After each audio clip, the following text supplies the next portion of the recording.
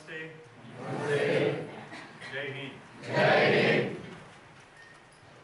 પ્રજાસત્તાક દિવસના સૌને અભિનંદન. 1950 26 જાન્યુઆરી આપણા રાજ્યમાં સત્તા આવી અધિકૃત રીતે. 15મી ઓગસ્ટે આપણે આઝાદ જરૂર થયા, પણ સત્તાનું સ્થાનાંતર કરતા સમય લાગ્યો. બંધારણ સભાએ બંધારણ મંજૂર કર્યું અને આપણે હાથમાં સત્તા આવી. આજે મેં પ્રાસંગિક પ્રવચનમાં તો વાત કરી છે, પણ 3 મહત્વના શબ્દો તરફ તમારું ધ્યાન દોરું છું. સ્વત્વ, સ્વતંત્રતા, સ્વરાજ્ય. સ્વ એટલે હું કોણ છું? માનવ. જીવન અને શરીરનો સમન્વય. જ્યારે જ્યારે માનવ કહીએ ત્યારે શરીર છે જ, પણ હું જીવન છું. શરીરના સમન્વયથી આ પૃથ્વી પર યાત્રા કરું.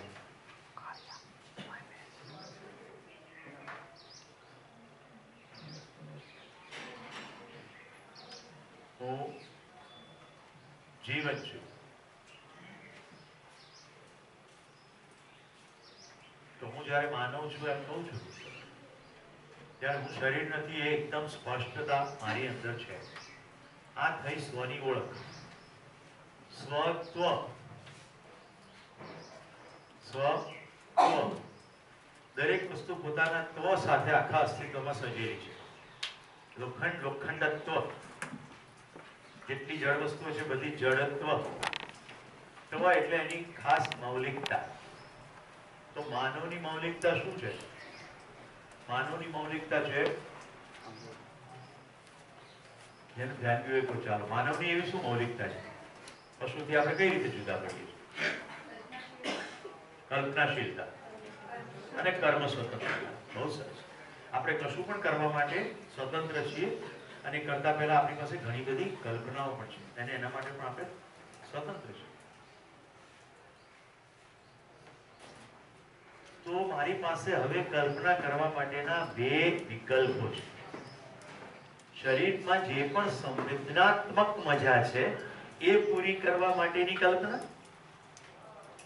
અને જીવનની જે નિરંતર સુખની પ્યાસ છે એ પૂરી કરવા માટેની કલ્પના. પહેલે દિવસે આપણે શું કહ્યું? પહેલો પ્રસ્તાવ કે હું સવારથી સાંજ સુધી કંઈ પણ કરું છું તે મારી જરૂરિયાત પૂરી કરવા જ કરું છું. મારી જરૂરિયાત સુખ, શાંતિ, સંતોષ અને આનંદની છે. અને શરીરની જરૂરિયાત આહાર, આવાસ, અલંકાર, દુર્ગમન, દૂરદર્શન, દૂરશમન. ઠીક છે? તો 6 વસ્તુને પૂરી કરવા માટેની કલ્પનાથી આપણી પાસે ટેકનોલોજીનો સંપૂર્ણ વિકાસ છે કે નહીં? ખાલી દૂરશ્રવણ જ કહીએ તો કેટલી બધી મોબાઈલમાં કરાઈ ગઈ છે. હવે જમણી બાજુનું કોલમ જોઈ લઈએ તો આપણી કલ્પનાશીલતા સુખ, શાંતિ, સંતોષ, આનંદ એટલે પરસ્પર સંબંધપૂર્વક જીવવું. પરિવારમાં સમજદાર હોય, પોતાનામાં સમાધાન હોય, સમાજમાં સુરક્ષા હોય, પ્રકૃતિમાં સંતુલન હોય. તો હવે એ દિશામાં કલ્પના ફેરવી શકાય? આમાં તો બહુ કલ્પના કરી, હજી ચાલુ જ છે. તો મારી જરૂરિયાત પૂરી કરવા માટે હું જ્યારે કલ્પનાશીલતા ફેલાવું અને કર્મ સ્વતંત્રતા એને પૂરી કરવાના કર્મ કરું, ત્યારે કહેવાય સ્વત્વ. નહીં તો હું અહીંયા ખાવા જાઉં, ત્યાંય ખાવા જાઉં, ચાંદ ઉપર જઈને ખાવાની જ વાત કરું.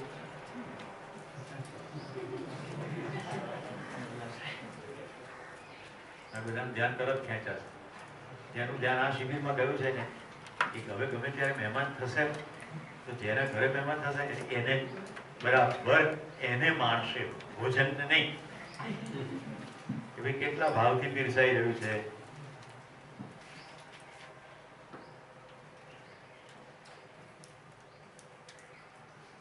સ્વત્વ ખબર પડી ગઈ? સ્વ નું પ્રગટીકરણ સ્વત્વ. હવે સ્વતંત્રતા. તો સ્વત્વથી જીવતા માણસોનો સમાજ જે નિરંતર સુખની અનુભૂતિ કરે છે એનું નામ જ સ્વતંત્રતા છે. કારણ કે હવે કોઈએ શાસન કરવાની જરૂર પડશે નહીં, કોઈએ ચલાવવાની જરૂર પડશે નહીં. એ પોતાની જાતે સ્વયંસ્ફૂર્ત રીતે ચાલશે એટલે થઈ ગયા સ્વતંત્ર. સ્વત્વનું પ્રગટીકરણ સામુદાયિક રીતે થાય એટલે બધાની સ્વતંત્રતા. તમને એમ થાય કે તો એકના સ્તરે નહીં, કોઈ બીજાને ચલાવવાની કોશિશ કરે છે ને, એ અર્થમાં જ આપણે પરતંત્ર અને સ્વતંત્ર શબ્દ જોઈએ કે અંગ્રેજો આપણને ચલાવતા, આપણે સ્વતંત્ર થઈ ગયા, હવે આપણને અંગ્રેજો નહીં ચલાવે. આપણે એ ભૂલી ગયા આપણી અંદર રહેલા લોકો આપણને ચલાવે છે કે નથી ચલાવતા. ટેલિવિઝનની અંદર જાહેરાતો આવે છે, ગોળે પટકાટી 7 દિવસની અંદર ગોરા, એ ચલાવે છે કે નહીં? એક બેને એના ભાઈને, એની માં બહાર ગઈ હતી, પિતાજી નોકરીએ ગયા હતા, ભાઈ હજી નાનો હતો, લગભગ 8-1 મહિનાનો. એને વોશિંગ મશીનમાં નાખી અને સ્વિચ ઓન કરી.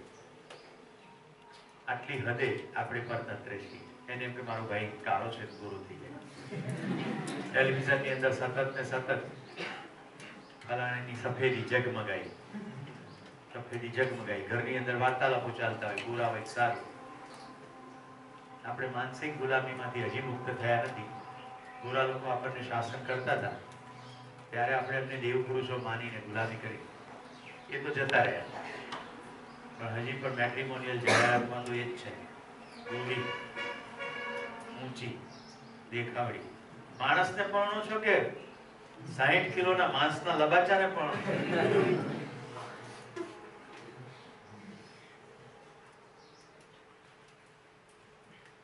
સ્વતંત્રતા સમજે? કાલે મને કોઈ એવું કીધું કે તમે સર્વ નેતૃત્વમાં તો રાષ્ટ્રગીત ગવડાવો છો, અહીંયા કેમ નથી? આપણે સ્વતંત્રતાના કન્સેપ્ટ રાષ્ટ્રગીત પૂરતા સીમિત થઈ ગયા. રાષ્ટ્ર સમજાયું નહીં અને રાષ્ટ્રગીત ગાવા લાગ્યા. મેં કહ્યું ધીરે બાપુડિયા, રાષ્ટ્ર સમજાવીશ. હવે આવે સ્વરાજ્ય. સ્વતંત્ર માણસો ભેગા થઈને રાજ કરે એનું નામ કહેવાય સ્વરાજ્ય. આપણે ચૂંટેલા એવા પ્રતિનિધિઓ જે પોતાનું ઘર ભેગું કરે, સંગ્રહની પ્રવૃત્તિ કરે, પશુ ચેતનામાં જીવે અને એવી કુવ્યવસ્થાઓ ગોઠવે કે આપણે પણ એમાં જ લાગેલા રહીએ, એને આપણે સ્વરાજ્ય કહેવાય. પૂજ્ય મહાત્મા ગાંધીને જે સ્વરાજ્યની કલ્પના હતી, પુસ્તક વાંચવું પડે, હિન્દ સ્વરાજ. ગાંધીજીને કોઈએ પૂછ્યું ત્યારે એમણે બહુ સરસ રીતે કહ્યું છે, ભારતની રાજકીય આઝાદી એ મારી સમગ્ર જીવનની સ્વતંત્રતાનું એક ચેપ્ટર છે. હું તો સમગ્ર માનવજાતની સ્વતંત્રતા ઈચ્છું છું, હિંસામાંથી, દ્વેષમાંથી, ઘૃણામાંથી. સ્વ, સ્વત્વ, સ્વતંત્રતા, સ્વરાજ્ય. સ્વ, હું માનવ, જીવન અને શરીરનું સમન્વય, મારું માનવ તરીકેનું પ્રગટીકરણ, કલ્પનાશીલતા અને કર્મ સ્વતંત્રતા. આ બંનેની મદદ વડે મારી જે મૂળભૂત જરૂરિયાત છે, અત્યાર સુધી શું કહીએ છીએ મૂળભૂત જરૂરિયાત? તો કે રોટી, કપડા, મકાન. હવે શું લાગે છે મૂળભૂત જરૂરિયાત? સુખ, શાંતિ, સંતોષ, આનંદ. નિરંતર સુખની મારી મૂળભૂત જરૂરિયાત, એ પૂરી કરવા માટે હું મારી કલ્પનાશીલતા અને કર્મ સ્વતંત્રતાને કામે લગાડું તો એ મારું સ્વત્વનું પ્રગટીકરણ થયું. આવું સામુદાયિક રીતે થાય ત્યારે કોઈ કોઈની રીતે શાસન ના કરે. એ સમુદાયનું નામ છે સમાજ. ત્યાં સુધી તો સમુદાય એટલે ભેગા, ટોળું. તો આ થઈ સ્વતંત્રતા. અને તમામ સ્વતંત્ર માનવો ભેગા થઈને જે રાજ્ય વ્યવસ્થા ગોઠવે, જેની અંદર શિક્ષણ, આરોગ્ય, નાણાં એટલે કે વિનિમય કોષ વગેરે બધી વ્યવસ્થાઓ ગોઠવાય, એને સ્વરાજ્ય કહેવાય. એટલે આપણે હજી સ્વરાજ્ય લાવવાનું બાકી છે. દોસ્તો, રાષ્ટ્રની કલ્પના સમજી લઈએ. ભારત, ભા એટલે પ્રકાશ, રથ એટલે વ્યસ્ત. બહુ કામમાં બહુ રથ છે. ભારત, પ્રકાશની ખોજમાં રથ. આપણા દેશમાં પ્રાચીન સમયથી પ્રાર્થના થતી આવી છે, તમસોમાં જ્યોતિર્ગમય, અંધકારમાંથી પ્રકાશમાં જવાની વાત થતી આવી.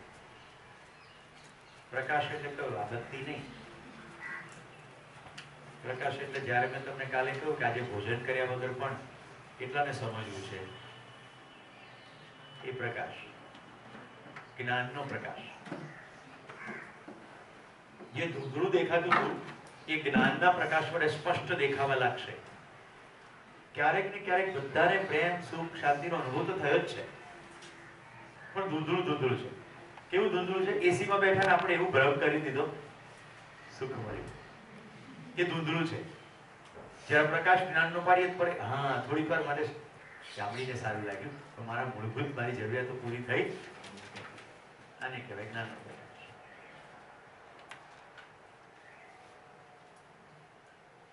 તો ભારત પ્રકાશની ખોજમાં રત એવા લોકોનો સમૂહ. એટલે જ્યાં જ્યાં પ્રકાશની ખોજ છે ત્યાં ત્યાં ભારત છે. ભારત જમીનના ટુકડાનું અને બોર્ડરનું નામ નથી.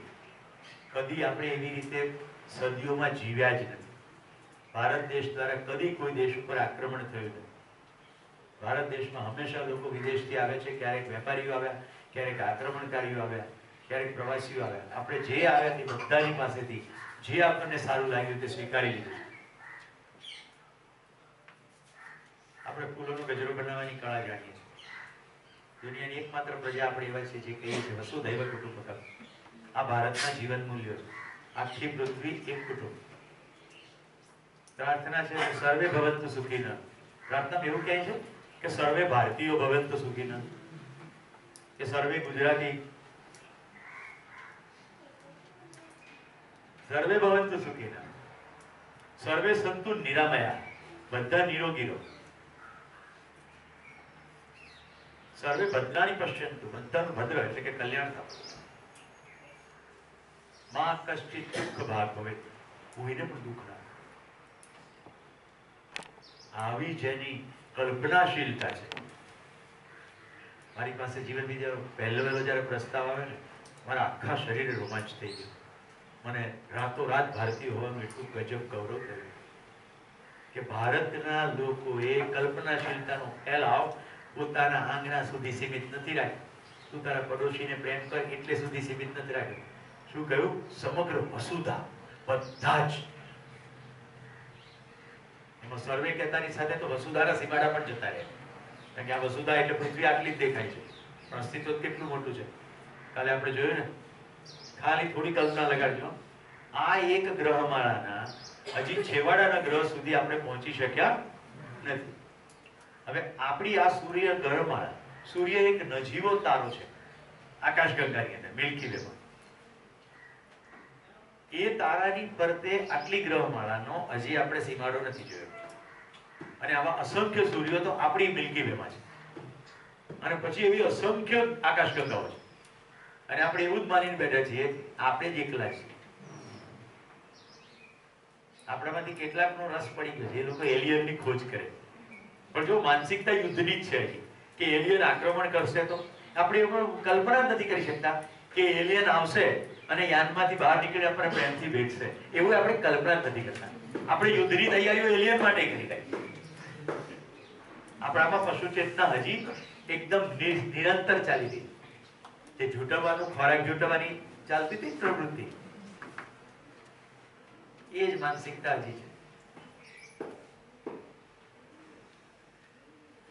યશ કેમ લાગે છે બેટા? બરાબર સમજાય છે?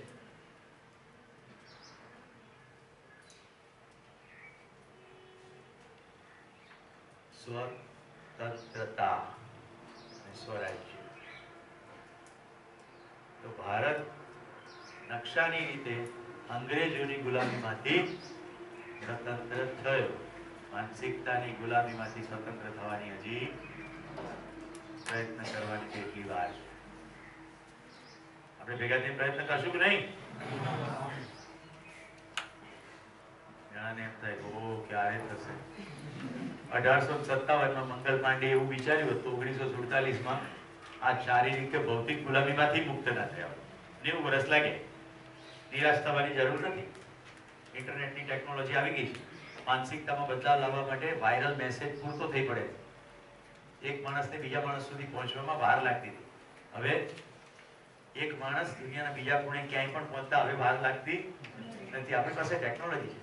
મુદ્દો ખાલી એટલો છે કે વોટ્સએપ જેવી ટેકનોલોજીનો આપણે ઉપયોગ કરીએ છીએ કે દુરુપયોગ કરીએ છીએ. આપણા માટે મોબાઈલ છે કે આપણે મોબાઈલ માટે છીએ?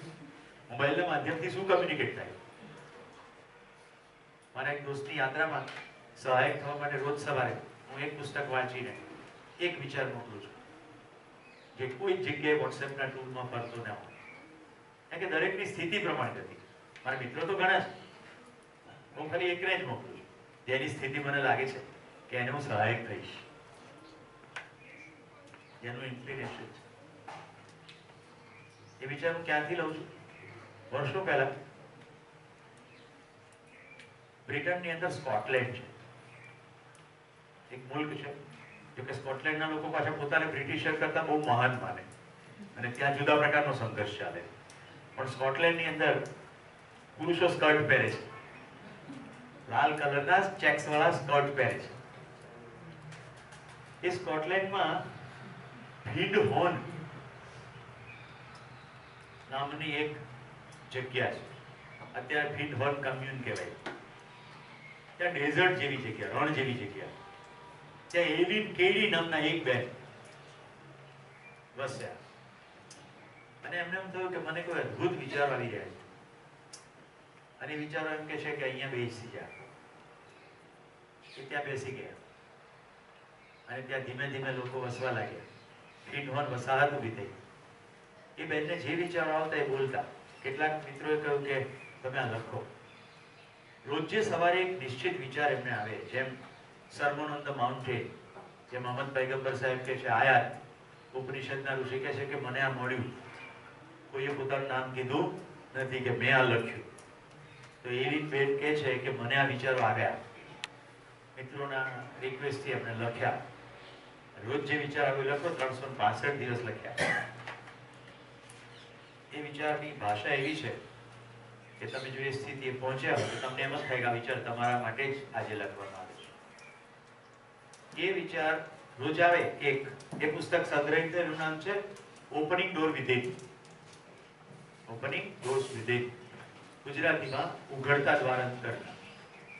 કુંદનિકાબેન કાપડિયા એમણે ઈશા કુંદરિકાના નામે એ પુસ્તકનો અનુવાદ કર્યો છે અને હમણાં સોનલબેને પણ કર્યો છે, સોનલ પરીખ. બંનેની ભાષા થોડી થોડી અલગ છે પણ મને કુંદરિકાબેનની ભાષા વધારે ગમે છે. તો એ પુસ્તકનું રોજ એક પૃષ્ઠ હું વાંચું છું અને પછી મને એમ લાગે કે એપ્રોપ્રિએટ છે તો મોકલું છું. મારા પત્ની આવે છે તો એની હાજરીમાં કહું, વર્ષો પહેલા મેં એને આ પુસ્તક ભેટ આપ્યું. એટલું બધું એ પુસ્તકની અંદર ઊંડાણ છે, ઉઘડતા દ્વાર અંતરના.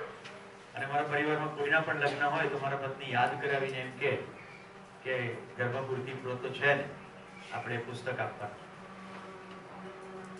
તો વર્ષો સુધી આ પુસ્તક અમે ભેટ આપતા આવ્યા છીએ લગ્ન પ્રસંગે. અને એવી આશા સાથે કે પતિ પત્ની પરણ્યા પછી બંને સાથે બેસીને સવારમાં આ એક પૃષ્ઠ વાંચે, જે વાંચતા હાર્ડલી 1 મિનિટ થાય.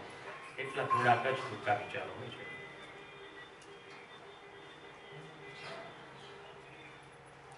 હું વાત કરી રહ્યો છું સ્વત્વ, સ્વતંત્રતા, સ્વરાજ્ય.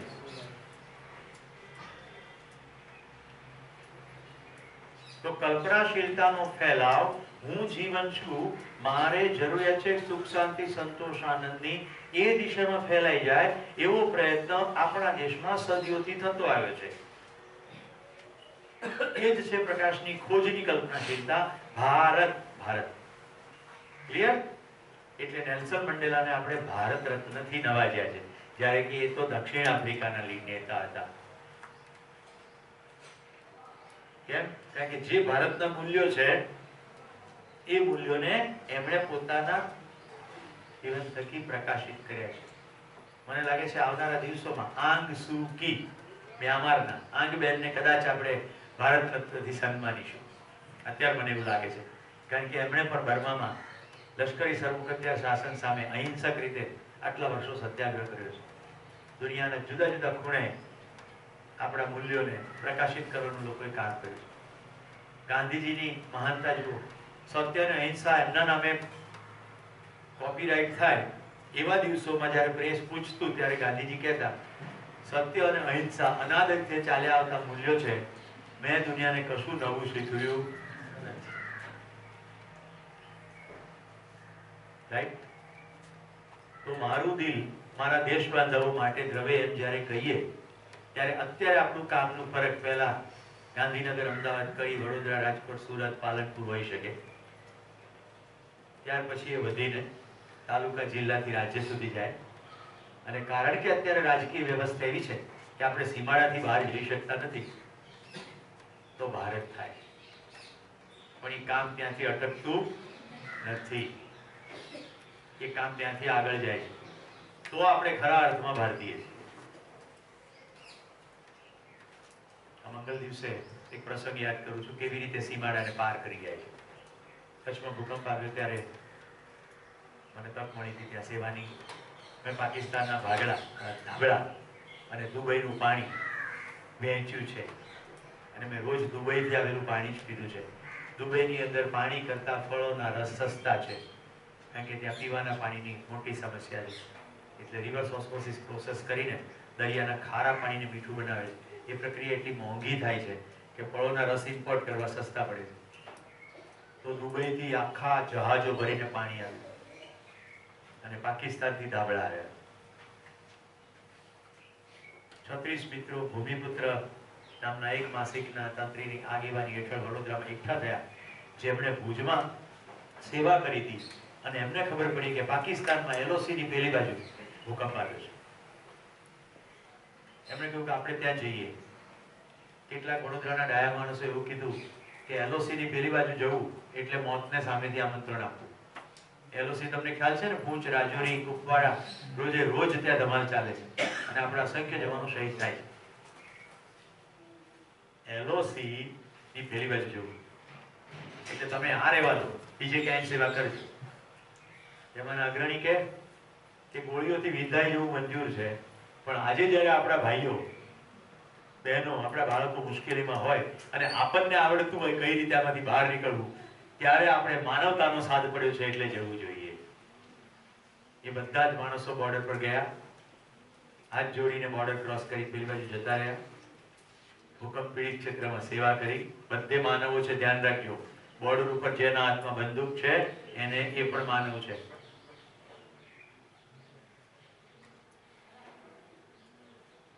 ભારતની અંદર 400 બાળકો અનાથ એલઓસી થી પેલી બાજુથી આવેલા ભણી રહ્યા છે. હૈદરાબાદની અંદર જીવન વિદ્યાનો શિબિર થયો. ઇંગ્લિશમાં શિબિર પત્યો. યુનિવર્સિટીના વાઇસ ચાન્સેલરોને બોલાવવામાં આવે છે, સાર્ક દેશોના, એટલે પાકિસ્તાનના પણ આવે. શિબિર પત્યો 7મા દિવસે તો પાકિસ્તાનના મેડિકલ યુનિવર્સિટીના વાઇસ ચાન્સેલર કે મારે ફીડબેક આપવો છે, એમ કરીને ઊભા થયા અને બોલ્યા, સૌથી પહેલા મારે એવું કહેવું છે કે હું મારા ઘરે પાછો આવી ગયો છું. પાકિસ્તાનની મેડિકલ યુનિવર્સિટીના વાઇસ ચાન્સેલર એ કે છે ભારતની અંદર કે મારે એ કહેવું છે કે હું મારા ઘરે પાછો આવી ગયો છું. મેં મારી જિંદગી પાકિસ્તાનની આર્મીમાં મિલિટરી જનરલ તરીકે 15 વર્ષ ગુજારી છે. મને ઘણા મેડલો મળેલા, એટલે પછી હું રિટાયરમેન્ટ પછી યુનિવર્સિટીનો વાઇસ ચાન્સેલર બન્યો છું. મેં ભારતને ધિક્કારવામાં 15 વર્ષ ગાળ્યા છે. આજે હું અહીંયાથી ઘોષણા કરું છું કે પાકિસ્તાનની પ્રત્યેક યુનિવર્સિટીની અંદર જીવન વિદ્યા સિલેબસમાં આવે એવો હું મારો સંનિષ્ઠ પ્રયત્ન કરીશ. આ જીવન વિદ્યાનો મહિમા નથી, આ માનવનો મહિમા છે. પ્રત્યેક માણસ સમજી શકવા સક્ષમ છે. જરા સચ્ચાઈનો પ્રસ્તાવ તો આવે. અત્યાર સુધી માન્યતામાં ચાલે, આમ માનીને જીવ્યા, આમ તેમ છે. પાકિસ્તાન દુશ્મન છે. કોઈ માણસને એજન્ડા છે જ નહીં તમને હેરાન કરવા. જો હવે નવો પ્રસ્તાવ આપું છું, कोई भी आपको दुखी करना नहीं चाहता, वो तो स्वयं सुखी होना चाहता है. निरंतर सुखी होने की चेष्टा में ब्रह्मवश वो गलती कर डालता है, उसको अकेले में स्नेह पूर्वक समझाया जाए. इंसान जानबूझकर कभी गलती नहीं करता, इंसान मानबूझकर गलती करता है. નવો શબ્દ. કોઈ કે જાણીને કરે છે, જાણીને કરે જ નહીં. જાણે એટલે જીવવું, બરાબર સમજવું. જાણ્યા પછી એવું થાય નહીં, માનવાથી થાય. તો શું માની બેઠા છીએ? હું શરીર છું, સુવિધા મારી જરૂરિયાત છે, સુવિધામાં સુખ રહેલું છે.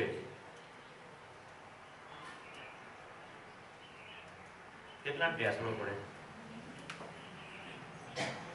હવે આને સુખની શરૂઆત થઈ ગઈ. જો હું કશું તમને આપતો નથી, રાઈટ, ખાલી હું તો બોલું છું, તમારી અંદર જ્ઞાનનો પ્રકાશ થાય છે, તમને મોજ પડવા માંડી. સમજાય છે ને? બોલા સુખ. હવે જો નિરંતર સુખનો અહીંયાથી સરનામું બતાવું. જો તમને અત્યારે આટલી જાણકારી માત્રથી સુખ થાય છે તો સમગ્ર અસ્તિત્વની અંદર અદ્ભુત વ્યવસ્થાઓની સતત જો જાણકારી રહે તો સતત સુખ રહે કે નહીં રહે? સવારે રાષ્ટ્રધ્વજને તો ફરક તો જોયો, એ વખતે ધ્યાન આપવું જોઈએ કે રાષ્ટ્રધ્વજ પદાર્થ અવસ્થા કાપડ એ એટલે ફરકી રહ્યો છે કે હવા નામની બીજી પદાર્થ અવસ્થા એની પર અસર કરી રહી. સમજાય છે?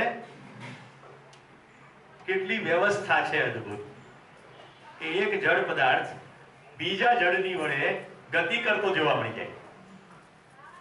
પક્ષીઓને ઉડતા જુઓ તો વ્યવસ્થાનું ભાન થવું જોઈએ. એટલી વ્યવસ્થાનું ભાન થતું જશે એટલું સુખ વધતું જશે. કાલે ખાલી ફૂલોને ખીલતા જોઈને તમે કેટલા સુખનો અનુભવ કરતા. આ તો સતત જ છે આપણી આજુબાજુ. બગીચાની અંદર અદ્ભુત ફૂલો ઉગાડવાની કોઈ આવશ્યકતા નથી. બારમાસીના એક ફૂલને ખાલી ધ્યાનપૂર્વક જોવાની જરૂર છે. એ પણ એટલું જ સૌંદર્યવાન છે જેટલું ગુલાબ કે બીજું કોઈ પણ ફૂલ હોય. પણ આપણી અંદર પહેલેથી આવી માન્યતા પડી કે આઈ લવ યુ કહેવા માટે ગુલાબનું ફૂલ. અહીંયા ફૂલ મુરઝાયેલું જો આઈ લવ યુ, અહીંયા ફૂલ મુરઝાયેલું છે અને પેલું એકદમ ખીલેલું છે તોડી લીધું છે. એ તો થોડી વારમાં મુરઝાઈ જવાનું છે. આખો કાર્યક્રમ મુરઝાવાનો છે અને આપણી એની અંદરની તલાશ છે ખીલવાની. કોઈને મુરઝાઈને ખીલી શકીશું? અસ્તિત્વમાં પરસ્પરમાં કેવો સંબંધ છે? જીને દો ઓર જીઓ. તો ફૂલ ખીલી રહ્યું છે એ ફૂલ આપણા એકલા માટે નથી ખીલ્યું.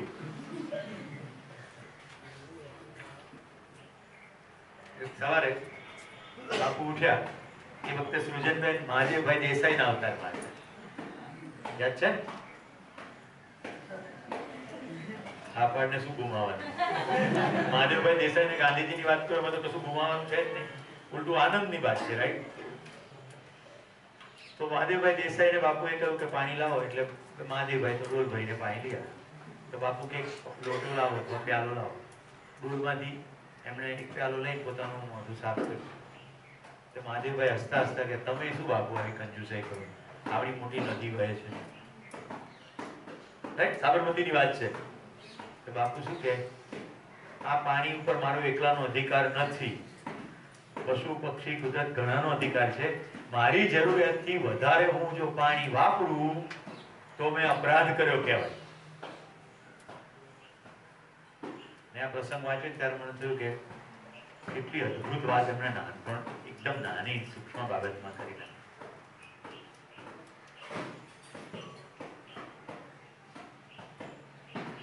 તો માનું છું તમને હવે સમજાયું છે રાષ્ટ્રની કલ્પના.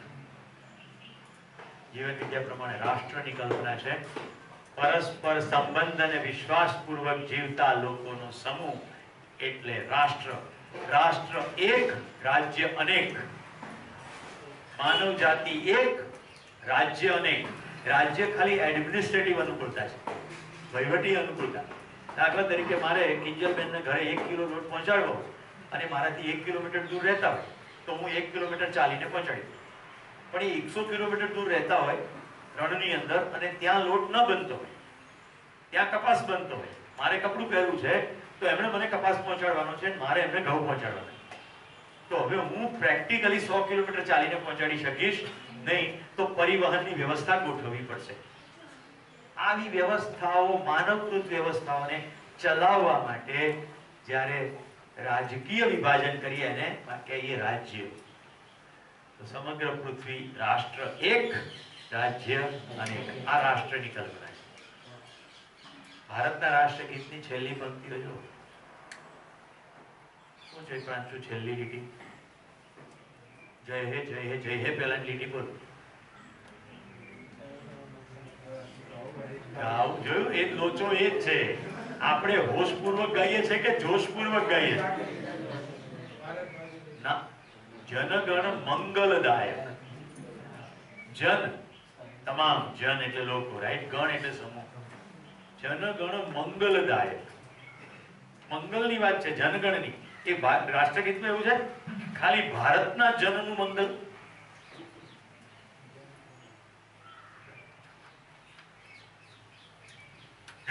ધ્યાન જાય છે?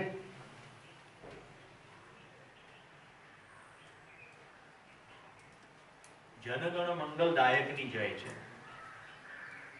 ભારતમાં શ્રેષ્ઠતાનું સન્માન થતું હતું. જીવન વિદ્યા પ્રમાણે શ્રદ્ધા નામના મૂલ્યને વ્યાખ્યાયિત કરીએ તો શ્રેષ્ઠતા કે પ્રતિ પૂજ્યતા કા ભાવ. श्रेष्ठता के प्रति पूज्यता का भाव એટલે શ્રદ્ધા. જો જેને અત્યારે આપણે શ્રદ્ધાના કેન્દ્રો ગણીએ છીએ, જેને દેવી દેવતા માનીએ છીએ, એને કેમ દેવી દેવતા માનીએ? એની કોઈક શ્રેષ્ઠતા તરફ આપણું ધ્યાન ગયું છે.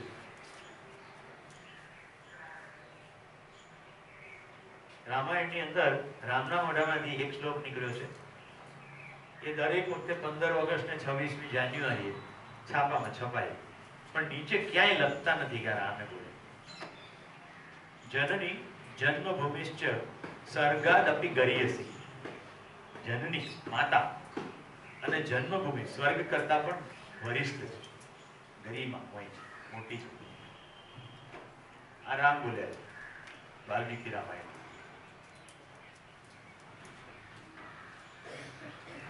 કેના પહેલી વાર ખબર પડી? વન્ડરફુલ. રામજી પોતાની સાથે માટી લઈ જાય અને રોજે સવારે ઉઠીને એ માટીને પ્રણામ કરે. આ પ્રણામની પ્રક્રિયા બહુ ઇમ્પોર્ટન્ટ નથી, ને ભાવ અનુભવો ઇમ્પોર્ટન્ટ છે. પ્રણામ ફિઝિકલ ઇમ્પોર્ટન્ટ નથી. તમે આમ ના કરો તો પણ ચાલે, પણ અંદર તમારી અંદર કૃતજ્ઞતાનો ભાવ છે ખરો? જનનીને સવારના પરમાં પ્રણામ કદાચ ના કરો ફિઝિકલી તો ચાલે, પણ કૃતજ્ઞતાનો ભાવ છે કે આ પૃથ્વી ઉપર હું મારી સમજણમાં વૃદ્ધિ કરી શકું એટલા માટે મને માનવ શરીર પ્રદાન કર્યું, એ બદલ ધન્યવાદ, આભાર.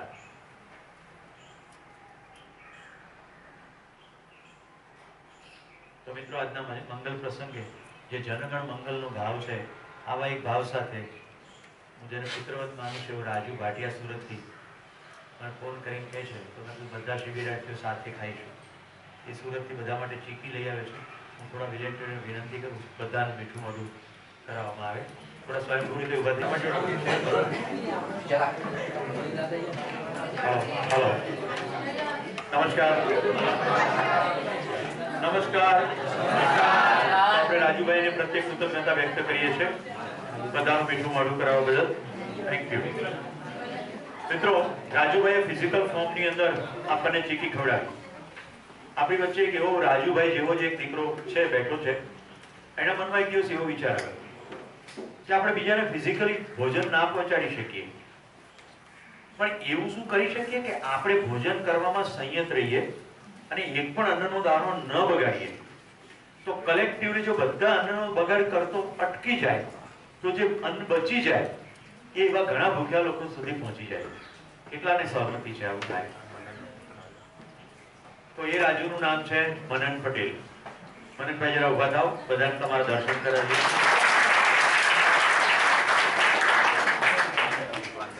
તો આજે સવારે મેં તમને કહ્યું હતું પ્રજાસત્તાક દિનની પ્રાસંગિક સ્પીચમાં કે હજી આપણા ઘણા ભાઈઓ ભૂખ્યા છે, આપણી ઘણી દીકરીઓ બહેનો ભૂખી છે. તો એ દિશામાં જો કંઈક કરીએ તો સાચી ઉજવણી કહેવાય, રાઈટ? આપણે ત્યાં દર વખતે આવા દિશામાં કામ કરનાર લોકોનું આપણે ભારત સરકાર દ્વારા સન્માન કરીએ છીએ. થાય છે ને? પદ્મશ્રી, પદ્મ વિભૂષણ, વિવિધ વિવિધ ક્ષેત્રના પુરસ્કારો, પદ્મ પુરસ્કારો મળે છે. સરકાર સન્માન કરે તે મોટું ગણાય કે નાગરિક સન્માન થાય તે મોટું ગણાય? તો ભાઈ મનનનું અત્યારે તમારા સૌ વતી હું નાનકડું સન્માનની એક ચેષ્ટા કરું છું. મને હંમેશા રાષ્ટ્રધ્વજની પીન પહેરવી ગમે. ભાઈ મનનને વિનંતી કરું કે એને હું અહીંયા બોલાવું ને એને પીન પહેરાવી દઈએ.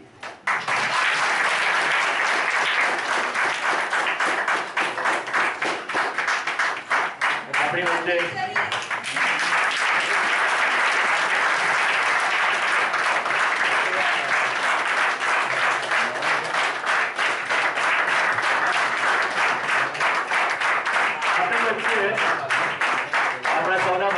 ટ્રસ્ટી પણ ઉપસ્થિત છે. એમને વિનંતી કરું કે ભાઈ મનનને આશીર્વાદ પણ આપે અને આ પીન પહેરાવે.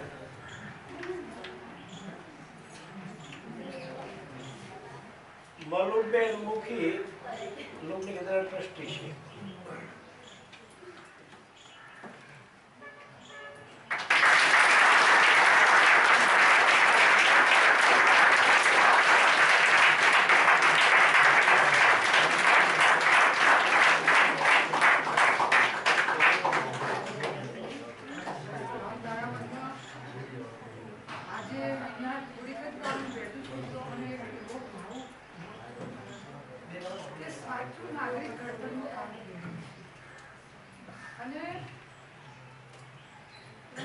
ભાગીદાર થાવ છો ત્યારે આ દેશ ઉન્નત થવામાં વાર નહીં લાગે.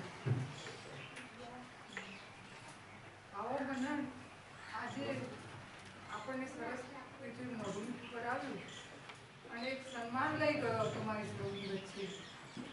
જ્યારે જ્યારે આવી સ્થિતિમાં આવું સન્માનિત કામ કરવાનું ભાગ્ય તમને સૌને પ્રાપ્ત થાય એવી અંતરથી પ્રાર્થના કરું છું. આવા જીવન વિદ્યાના પ્રોગ્રામો થાય ત્યારે અચૂક અને અચૂક ભાગ લેજો. દેશમાં એટલું બધું ઊંચું સાહિત્ય પડ્યું છે કે એને આવા માધ્યમ દ્વારા તમારી સમક્ષ વ્યક્ત થવાનો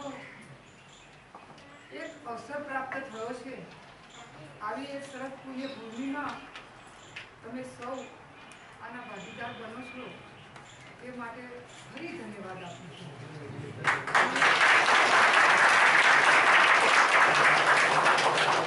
એવું લઈને જાઓ કે અચૂક અહીંથી એવું કંઈક શીખીને જાઓ કે જીવનને ઉન્નત અને ઉન્નત બનાવો એવી અંતરથી તમારા સૌ પ્રત્યે ધન્યવાદ.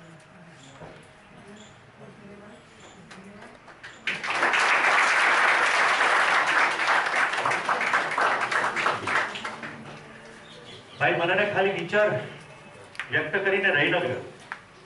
એણે કામ શરૂ કર્યું. પહેલા વાત કરવાનું, પછી પ્રેઝન્ટેશન કરવાનું. સૌથી પહેલું કડીની અંદર કાર્યક્રમ થયો તો કડીની હોસ્ટેલની વિદ્યાર્થીની બહેનોને મળવાનું. તો મને જણાવતા અત્યંત આનંદ થાય છે કે કડીની હોસ્ટેલમાં 2 મહિનાથી એક પણ અનાજનો દાણો બગડે નહીં એવી રીતે હોસ્ટેલની વિદ્યાર્થીનીઓએ કામ કર્યું. અને ક્રમશઃ હવે ગાંધીનગરની કોલેજમાં પણ તો ટાર્ગેટ એવું છે કે પહેલા કડી યુનિવર્સિટીની તમામ હોસ્ટેલોમાં ફૂડ વેસ્ટેજ 0 થાય. પછી ક્રમશઃ કડીની અને ગાંધીનગરની કોઈ પણ સંસ્થા દ્વારા ચાલતી હોસ્ટેલોમાં ફૂડ વેસ્ટેજ 0 થાય. એમ કરતા કરતા ગાંધીનગર, અમદાવાદ, વડોદરા, રાજકોટ, સુરત એ જુદા જુદા શહેરોમાં પહોંચીશું અને ફૂડનો વેસ્ટેજ ઘટાડીશું. અત્યારે તાજેતરના જે પરિણામો છે એ છે કે ફૂડ વેસ્ટેજ ઘટવાને કારણે ફૂડની બનાવવાની માત્રામાં ઘટાડો થયો. મતલબ કે માનવીય શ્રમ બચ્યો, વિદ્યાર્થી દીઠ ફૂડ બિલ ઘટ્યું, કારણ કે વેડફાઈ નથી રહ્યું. એટલું જ નહીં, જ્યારે સંસ્થાના ચેરમેનને એવી ખબર પડી કે બચી તો જાય છે ફૂડ, ઓછું રાંધવું પણ પડે છે, પણ હવે વિદ્યાર્થીઓ સંયમતાથી ખાય છે.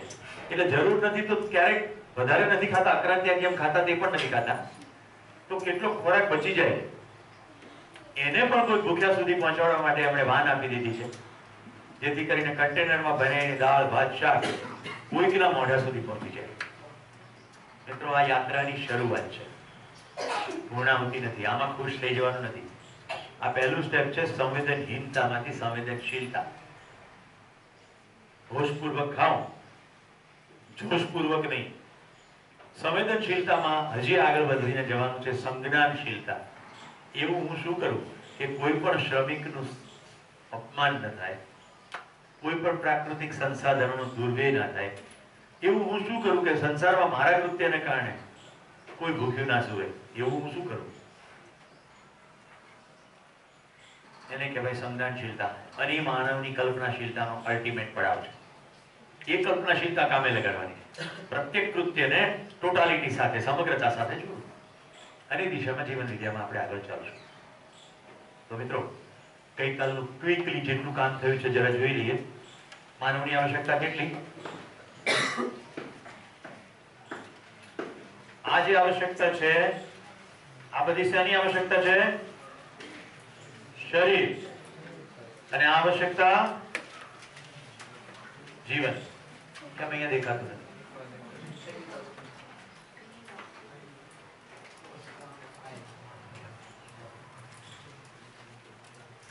ઓકે, આ જે ત્રણ આવશ્યકતાઓ છે ઉપરની, એને આપણે કહ્યું સામાન્ય આકાંક્ષા. પાછળની બત્તી બંધ કરવી બંધ કરી શકાય. અને નીચેની ત્રણ છે દૂરગમન, દૂરદર્શન, દૂરશ્રવણ વગેરે, એ મહત્વાકાંક્ષા છે.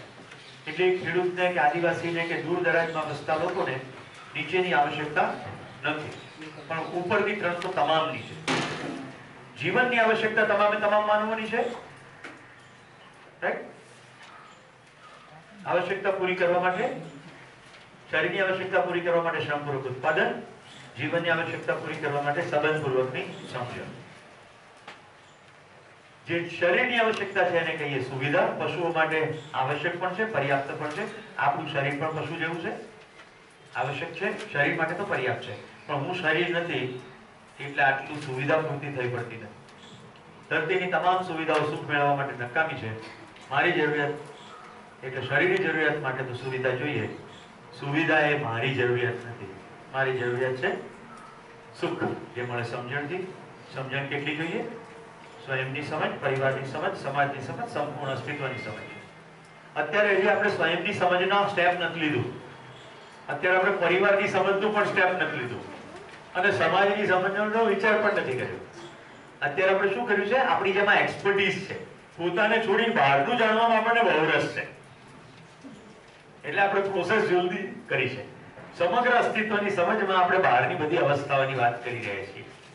તો ગઈકાલ સુધીમાં તમે જેટલું જોયું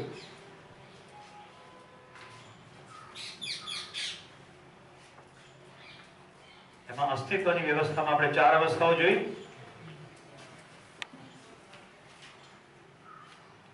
આપણે સ્વરૂપ પણ જોયું હતું, યાદ છે બધાને? કે આવા લચ્છા માર્યા છે આપણે પદાર્થ અવસ્થા, પ્રાણ અવસ્થા, જીવ અવસ્થા બધું જોયું. અને કાલે આપણે પદાર્થ અવસ્થાની વ્યવસ્થા જોઈ. એક અથવા એકથી વધુ અંશો મધ્યમાં પોતાની ધરી ઉપર વર્તુળાકાર ગતિ અને એને ફરતે જુદા જુદી કક્ષા એટલે પરિવેશની અંદર પોતાની ધરી ઉપર વર્તુળાકાર ગતિ અને પરિવલયાકાર ગતિ ફરતે. આવી ગતિથી ભૌતિક પદાર્થનો નાનામાં નાનો એકમ પરમાણુ છે. એવા પરમાણુઓના મિલનથી અણુઓ, અણુઓની રચનાઓથી સંયોજનો, સંયોજનની રચનાઓથી વિકાસ ક્રમના ભાગ રૂપે એક ઓક્સિજનનું આવાગમન શરૂ થયું એટલે પ્રાણ કોશિકાઓ. પદાર્થ અવસ્થામાંથી ધીરે રહીને પ્રાણ અવસ્થા. પ્રાણ અવસ્થામાં વિકસિત અંગુપાંગ વાળી રચનાઓ એટલે સાવ સાદું આલ્ગી એટલે લીલ થી લઈને વટનું ઝાડ, તો બંને પ્રાણ કોશિકા છે, પણ પેલામાં વિકસિત રચના છે એટલે મૂળ મૂળનું કામ કરે, પત્તા પત્તાનું કામ કરે. આલ્ગીની અંદર બધું કામ એક જ કોષ કરે. પ્રાણ કોશિકાના સમન્વયથી અંગ ઉપાંગો અને અંગ ઉપાંગોના સમન્વયથી આખું પ્રાણી શરીર. આવી રીતે વિકાસ ક્રમ છે. એમાં આપણે પદાર્થ અવસ્થાની વ્યવસ્થા જોઈ, પ્રાણ અવસ્થાની વ્યવસ્થા જોઈ. ગઈકાલે સાંજે એનિમલ્સ આર બ્યુટીફુલ પીપલ જોયું, જેની અંદર તમે પદાર્થ અવસ્થાની પણ લીલા જોઈ, રણ, ડમરીઓ, રાઈટ, વાદળો, પાણી. તમે પ્રાણ અવસ્થાની પણ વ્યવસ્થા જોઈ, વિવિધ પ્રકારના ફૂલો ખીલ્યા, ડેઝર્ટની અંદર કેવી રીતે પાણી થયું, તો પ્રાણ અવસ્થા પણ જોઈ. તમે નાના નાના કીટક જોયા, પેલા કાળા રંગનું બીટલ જમીન પર ટક ટક ટક ટક કરે છે, ખૂબ દૂર પડેલી માદા એ ટક ટક ટક ટક નો જવાબ આપે છે અને ત્યાર પછી બંને ભેગા થાય છે અને સંતતિ આગળ ચાલે. ખાવા અને ખવાઈ નહીં જવાની સંરક્ષણાત્મક વ્યવસ્થાઓ જોઈ. બધા પાણીમાં કેવી રેતીમાં કેવી રીતે જુદી જુદી રીતે ઘૂસી જાય છે. તમે જેમાં બહુ અવસ્થા જો ધ્યાનથી જોયું હોય તો શાવડી બે સાથે અંદર દળમાં જાય છે, પણ મોઢું અંદર નાખે છે, પૂંછડું બહાર રહે છે. ભૂંડ પણ બે સાથે જાય છે, પણ ઉલટા ઉલટા સાથે જાય. એ તમે જોયું? કેટલાક પાછલા પગથી રેતી ખોદી કાઢે છે, ગેકો જેવા. પહેલા ડાબો હાથ અને પગ, પછી જમણો હાથ અને પગ. અને કેટલાક એકદમ સડનલી જેમ પાણીમાં ડાઈ મારતા એમ ઘૂસી જાય. આ બધું જોયું ને? વ્યવસ્થા છે કે અવ્યવસ્થા છે? કેટલાક લોકો ફિલ્મ જોવા એટલા માટે નથી આવતા, એ લોકોના મનમાં એવો ભ્રમ છે કે મેં તો આ ફિલ્મ જોયેલી, એટલા માટે મેં ઘડિયાળ બતાડી તમને કે આપણે જો જોવા ઈચ્છીએ તો જ જોઈએ છે, નહીં તો જોતા નથી. કેટલાક લોકોને એવો પણ ભ્રમ છે કે મને ખબર છે એટલે મારે ગોષ્ઠીમાં બેસવાની જરૂર નથી. મને 6 શિબિરો કર્યા પછી અને 18 શિબિરોના પ્રબોધન કર્યા પછી ગોષ્ઠીની અત્યારે એટલી જ આવશ્યકતા લાગે છે જેટલી પહેલે દિવસે લાગતી. કારણ કે આપણે મૂળ સૂત્ર છૂટી ગયું છે. સ્વયંમાં નિરીક્ષણ પૂરતું નથી થઈ પડતું, સાથીમાં પરીક્ષણ. ગોષ્ઠીમાં જ્યારે બેસો ત્યારે તમારો સાથી કોઈ બિંદુ બોલે છે ત્યારે તમારું સડનલી ધ્યાન જાય છે. કાલે મેં ફાલ્ગુનીબેનને ઉદ્દેશીને એક વાક્ય કહ્યું કે કશું સ્થિર નથી. યાદ છે બેન? મારું એ વખતે સડનલી ધ્યાન ગયું છે, કારણ કે આપણ ગોષ્ઠી જ છે, આપણે સંવાદ જ કરીએ છીએ ને. હું પૂછું છું, તમે જવાબ આપો છો. ગોષ્ઠી દરમિયાન આ તો માનવનો મહિમા છે, વિચારનું સંક્રમણ થાય. મેં પહેલે દિવસે એવું કહ્યું હતું કે આખા શિબિરનો કોઈ મહત્વનો કાર્યક્રમ હોય તો એ ગોષ્ઠી શિબિર નથી. શિબિરમાં તમારી પાસે ખાલી પ્રસ્તાવ આવે, એ પ્રસ્તાવને તપાસવાનો છે તર્કપૂર્વક, માની લેવાનો નથી. નહીં તો શિબિર પત્યા પછી એક નવી માન્યતાનો વાડો શરૂ થશે. એ વાડાનું નામ શું હશે? જીવન વિદ્યા. એટલે મોટો ભ્રમ છે, આવી માન્યતા છે કે હું તો બધું જાણું છું. સોરી, જીવવામાં ના આવે ત્યાં સુધી આપણે કશું જાણતા નથી, માનીએ છીએ. તો હવે આગળ ચાલીએ.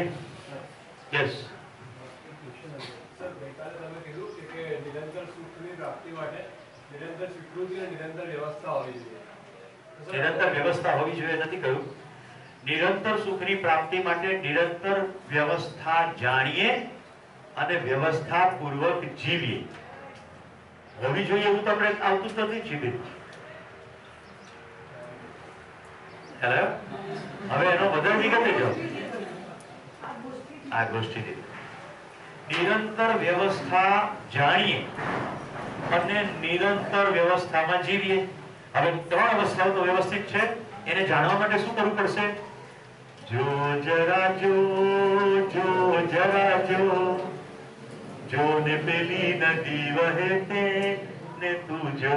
જરા નદીને જોઈએ તો ખબર પડે, એક નદીમાં બીજી વાર ડૂબકી પણ મારી શકાતી નથી, કારણ કે નદીનું પાણી નિરંતર વહી રહ્યું છે. તમે એકવાર માથું બોળીને બહાર નીકળો અને ફરી માથું બોળો તો એ નદીમાં નથી બોળી રહ્યા, કારણ કે એ પાણી તો ગયું, આ બીજું પાણી આવ્યું. કાંઠા સતત ઘસાય છે, નવા થાય છે, તળિયાની રેતી સતત નવી થાય છે. ક્યાંથી એક નદીમાં બીજી વાર ડૂબકી મરાય? આનું નામ તો જોવું છે. મને 30 વર્ષ થશે અનાદરાથી ચડીને ઉપર જવામાં. આબુની તળેટીમાં અનાદરા નામનું એક ગામ છે અને ઉપર હનીમૂન પોઈન્ટ તરીકે પ્રખ્યાત એક પોઈન્ટ છે જેને ગણેશ ટેકરી અથવા સનસેટ પોઈન્ટ કહે છે. ત્યાંથી ઉપર ચડી 6 કિલોમીટર થાય અને પછી 2 કિલોમીટર નખી લેક આવે, એટલે 8 કિલોમીટરનો ટ્રેક. આ 30 વર્ષથી હું કરતો આવ્યો છું. હજી સુધી મને યાદ નથી કે મને ક્યારેય પણ કંટાળો આવ્યો હોય. એક જ ટ્રેક છે, મારી સાથે પહેલી વાર આવે આ ટ્રેકિંગનો ટ્રાય ના કર્યો હોય અને પછી ટ્રેક કરે, પછી આપણે બીજી વાર કહીને અનાદરાથી જવાનું છે, એટલે કશું નવું લાવે. હવે એ ટ્રેક સેમ નથી. વાંસના ફૂલો 40 કે 45 વર્ષે એક છોડમાં એક જ વાર આવે. ધ્યાનથી સાંભળજો. વાંસમાં ફૂલો 40 કે 45 વર્ષે એક વાર આવે. હવે તમે શૂન્યના હો ત્યાં તો તમને વાંસની જ ખબર ના હોય, એટલે સમજો કે 1 વર્ષના હોય ફૂલ આવેલા ત્યાં તો તમે જોયા નહીં, પછી 45 વર્ષે ફૂલ આવે તો તમે જોયા.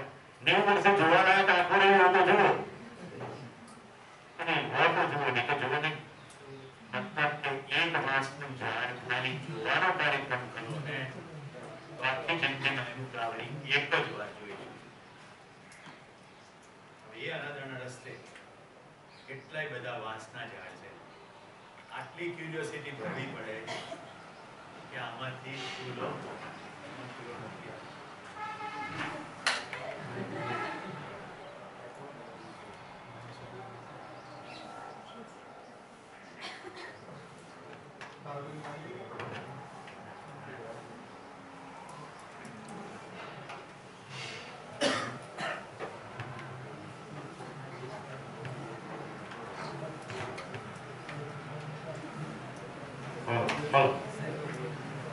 તો એ ટ્રેક પર જતા જતા જો એમ ધ્યાન રહે કે પાછળ વખતે ચાલ્યા ત્યારે આમાં ફૂલો આવ્યા નહોતા, તો આ વખતે ક્યુરિયોસિટી રહેશે કે ફૂલો આવ્યા કે નહીં. છેલ્લે આંબો જોયો હતો ત્યારે એની આ ડાળી ઉપર મોર બેઠો હતો. શિયાળાના અંત ભાગમાં ટ્રેક કર્યો તો એમાં મોર બેઠો હતો. આ વખતે કેવો મોર આવ્યો છે તમને કદાચ ખબર હશે કે નહીં. મને તો ખાલી સમાચાર જ મળ્યા છે કે કલ્હારની જગ્યાએ અમદાવાદમાં 1000 ફૂલો ખીલી ગયા કેસુડાના. સાંજે મેં વિનોદભાઈના મોબાઈલમાંથી જોઈ લીધા. હવે મારું એક અણુ કલ્પના કરી રહ્યું છે કે સેમ્પલ પાણીના કેસુડાના જંગલમાં ફૂલો ખીલવાની શરૂઆત થઈ હશે કે કેમ, કેટલા ખીલ્યા હશે અને ખીલશે પૂર્વહારમાં તો ક્યારે.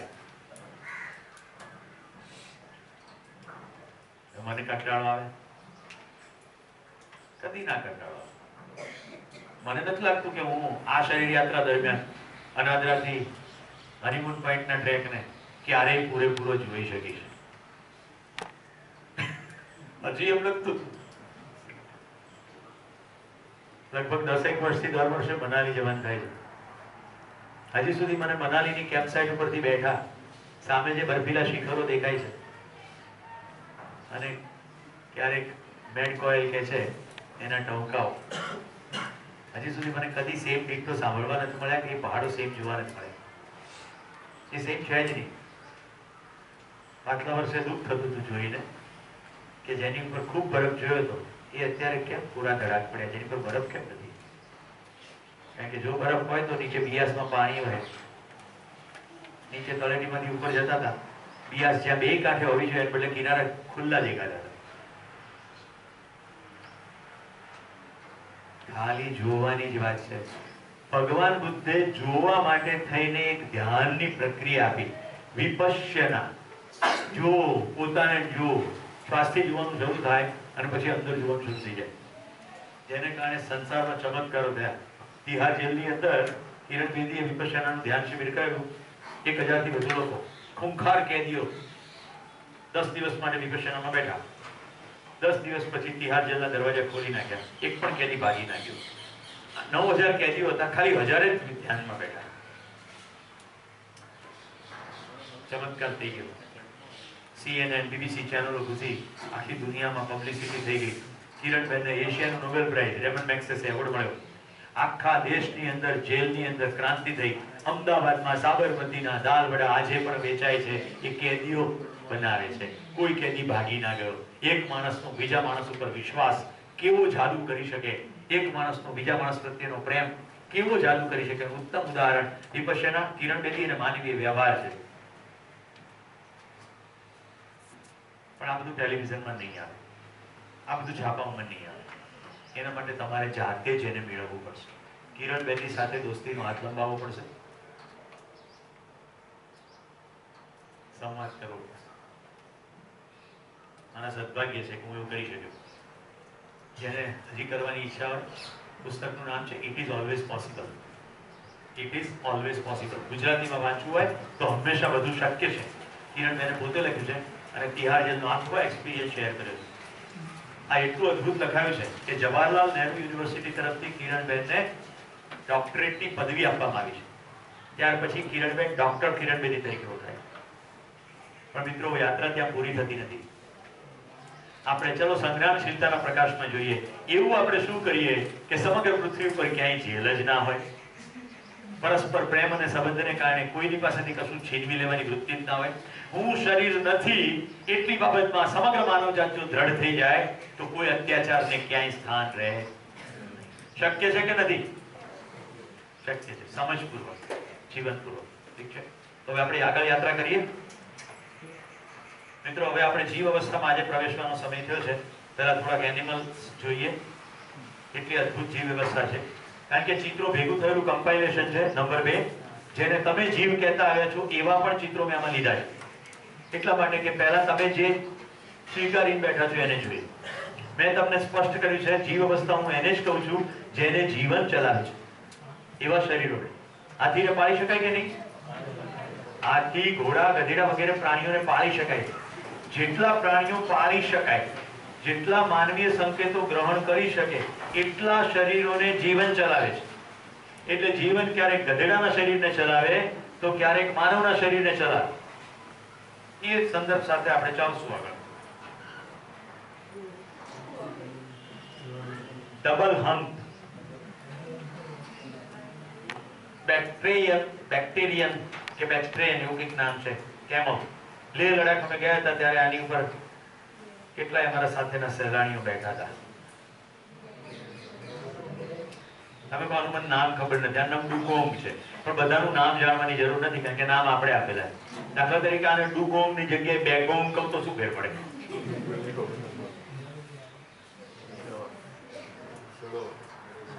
C lion. કેટલાક પોતાનું ઘર સાથે લઈને ફરે.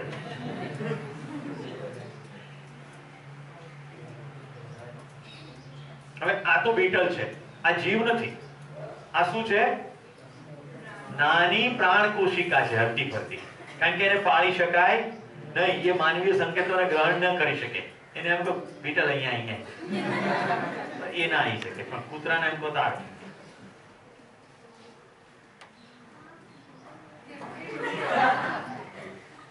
તમે આ બધાને જીવ કહેતા આવ્યા છો, રાઈટ? કહેતા આવ્યા છો ને?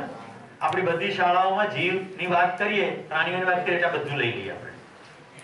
અત્યારે મારે તમારું ધ્યાન ખાલી એટલું દોરવું છે કે વૈવિધ્ય જુઓ. આ જે વિવિધતા છે એ મૂળભૂત રીતે પદાર્થ અવસ્થામાં થતી જ વૈવિધતા છે. બતાડું કેવી રીતે. H2 અને O2 બે ભેગા થઈને પારદર્શક પ્રવાહી થાય છે પાણી, પણ એવા કેટલાય ગેસીસ છે જે ભેગા થયા પછી જે પ્રવાહી થાય છે તે રંગીન હોય છે. તમારા જાત જાતના ટેસ્ટ છે, લિટમસ ટેસ્ટ ને વગેરે, એની મદદથી તમે એવું શોધી કાઢો છો કે એનો રંગ કેવો થાય તો મૂળ કેમિકલ કયું હશે. તો આ જે વૈવિધ્ય છે એ જુઓ. આ ભાલો જોડે લઈને ફરે. ભાલો કેમ? આપણે જો ભાલાથી બીજાને મારવાનો પ્રયત્ન કરે છે ને, એટલે માનસિકતામાંથી આપણને આ ભાલો દેખાય. એના માટે તો ખોરાકની વ્યવસ્થા છે. કાલે જોયા હતા ને? આ અત્યંત પ્રાથમિક કક્ષાના પ્રાણ કોશિકાઓની રચના છે.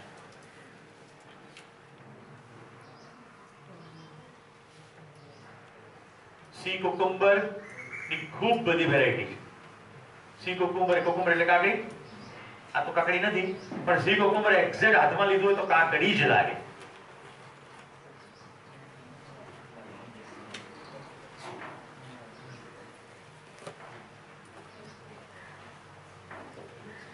જમીનની સપાટીથી નીચે એવા ઉંદરડા છે, મોલસ્ક કે મેલુસ એનું નામ છે, જેને આંખની રચના જ નથી. આંધળા નથી, આંખની રચના જ નથી. ત્યાં બધું સીધું સપાટ છે, કારણ કે એમને જોવાની આવશ્યકતા નથી. નીચે અત્યંત અંધારું છે. ચામાચીડિયા આંખથી જોઈને રાત્રે પ્રવાસ કરતા નથી. ચામાચીડિયાના માથામાં સોનાર જેવી વ્યવસ્થા છે, ધ્વનિના તરંગો ઉત્પન્ન કરે છે, ભટકાઈને પાછા આવે છે. એસેસ કરી લે છે એનાથી ડિસ્ટન્સ કેટલું દૂર છે.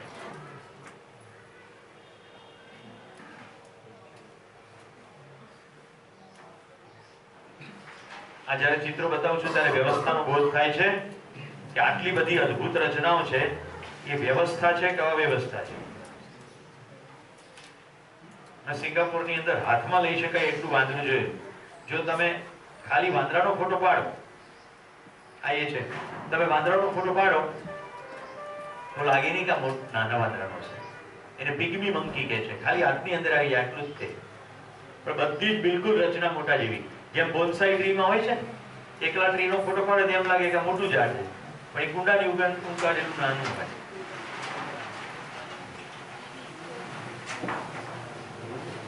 કોઆલા તો આમાંના કેટલાક પાળી શકાય, કેટલાક નહીં પાળી શકાય.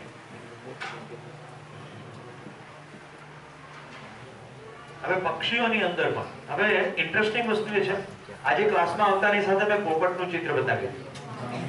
પોપટનું 60 વર્ષનું આયુષ્ય છે અને પોપટ પાળી શકાય છે અને પોપટ બધા જ માનવીય સંકેતો ગ્રહણ કરી શકે. પણ પોપટ કરતા મોટા હોય સાઈઝમાં એવા કેટલાય પક્ષીઓ ખાલી પ્રાણ કોશિકાની વિકસિત રચના છે, એને પાળી શકતા નથી, એ ગ્રહણ કરી શકતા નથી. એટલે સાઈઝ ડઝન્ટ મેટર.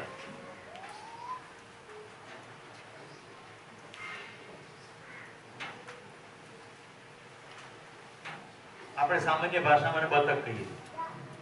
બતક, મરઘી,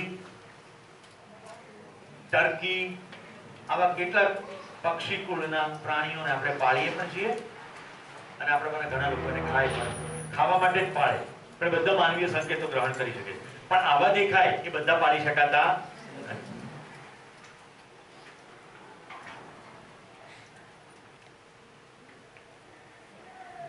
ઓળખો છો? હજી અમદાવાદ વાળાને તક છે, એક રવિવારે દંગલ જોવાને બદલે થોળ જતા રહે. ફ્લેમિંગો, સુરખાબ, રાઈટ, કચ્છના રાજવીર નામ સુરખાબ પાણી. સુર્ખ આબ, આબ એટલે પાણી, સુર્ખ આબની અંદરની સુરખી સૌંદર્ય, પાણીનું સૌંદર્ય એટલે સુરખાબ, કારણ કે પાણીનું પક્ષી.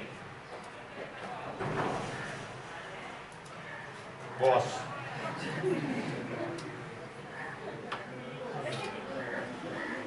આ તો આપણું પ્રિય છે. હવે આપણે વ્યવસ્થાનો થોડો બોધ કરીએ.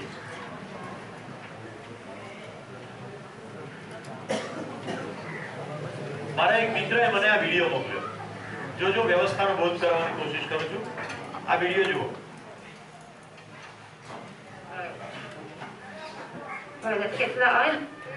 આ વિડીયો પશ્ચિમમાંથી આવ્યો. એટલે કે સુરેશભાઈ, તમને પક્ષીઓ ખૂબ ગમે છે તો તમને આ વિડીયો બહુ મજા આવશે.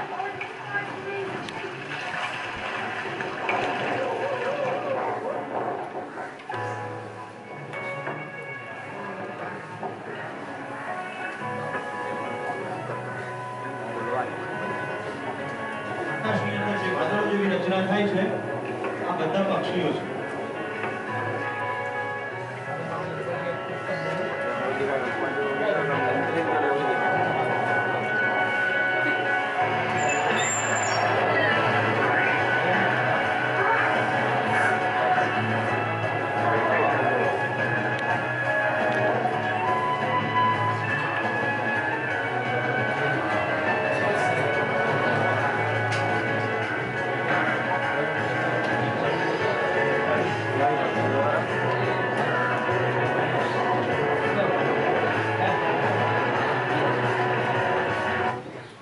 બધી મોટી માત્રામાં ઉડવા છતાં એકબીજા સાથે એક પણ ભટકાય નહીં, પડીને પાણીમાં પડીને મરી ના જાય.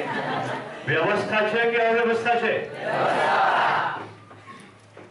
પદાર્થ અવસ્થામાં પહેચાનના નિર્વાહ કરતા, પ્રાણ અવસ્થામાં પહેચાનના નિર્વાહ કરતા, જીવ અવસ્થામાં માનના પહેચાનના નિર્વાહ કરતા. એટલે ભાઈ મને વિડીયો મોકલી કે અમારે ત્યાં હું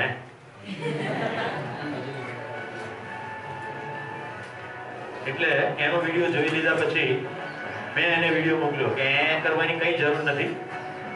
અમારે પણ NID, કાળપુર રેલવે સ્ટેશન, ગાંધીનગર પુનિત વન બધા છે. પણ અમારા મને કેટલાય આંખો બંધ કરીને નીચી મૂંડી કરીને જ હેડે જાય, એટલે કશું દેખાતું નથી. હમણાં હું તમને બતાડું.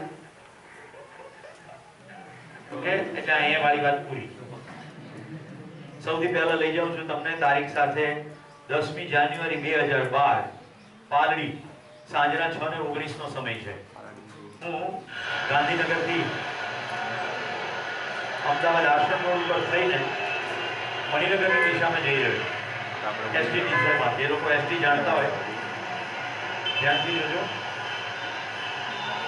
આ પક્ષીનું નામ છે રોઝી સ્ટારલિંગ અથવા દેશી ભાષામાં વૈયા. અને હજી તમારે જોવા હોય તો કહી દઉં, હજી પાછા ગયા નથી. આ બધા યુરોપથી આવે છે, પ્રવાસી પક્ષીઓ છે અને હજી છે, અહીંયા છે. પરમ દિવસે વિસનગરથી અહીંયા આવતા મેં વૈયા જોયા છે, પુતલાબંધ. અહીંયા પણ ડાફોરિયા મારવાને બદલે બ્રેક જ્યારે પડે ત્યારે જરા ઊંચું જોવાનું રાખજો. પેલા બેનને ફાયદો એ હતો કે નદી કે દરિયા કાંઠેથી એમણે લીધું છે એટલે એમને મોટું ફલક મળ્યો.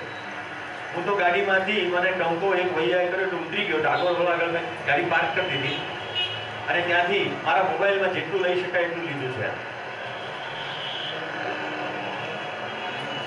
જે લોકો અમદાવાદથી પરિચિત છે એ સમજી શકશે કે હું કયા લોકેશન પર ઉભો છું.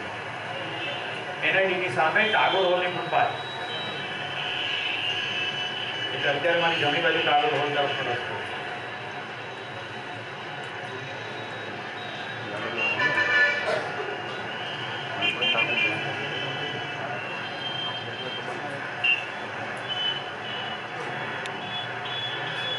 જોઈ લો હવે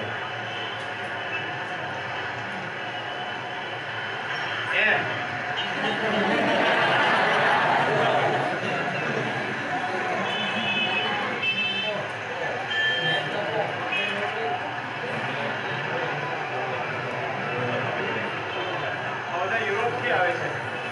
આ પક્ષીઓ સ્ટર્લિંગ છે અને યુરોપથી આવે છે. યુરોપથી આવે અત્યારે આશરો લેવાની કોશિશ ચાલી રહી છે. લગભગ બેસી ગયા પણ નીચેથી મોટેથી કોઈ ઓન મારી દોડે કાલે બધા જ આવી યાર. અને એ વખતે કોઈ ત્યાંથી પસાર થતા લોકોએ પૂછ્યું હતું કે તમે શેના ફોટા પડો એટલે અમે પાડતી વખતે જે બોલે એ બધું છે. આ તરફ સાબરમતી હજારોમાં એટલી અથડાય કેટલું વાંચવામાં આવે રોડ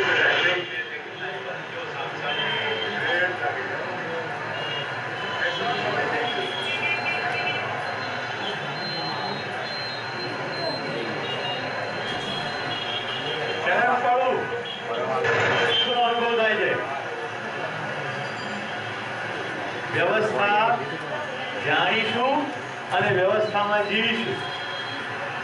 ઓકે, હવે આ કે પારડી પૂરતું સીમિત નથી. Let me take you to rifle club.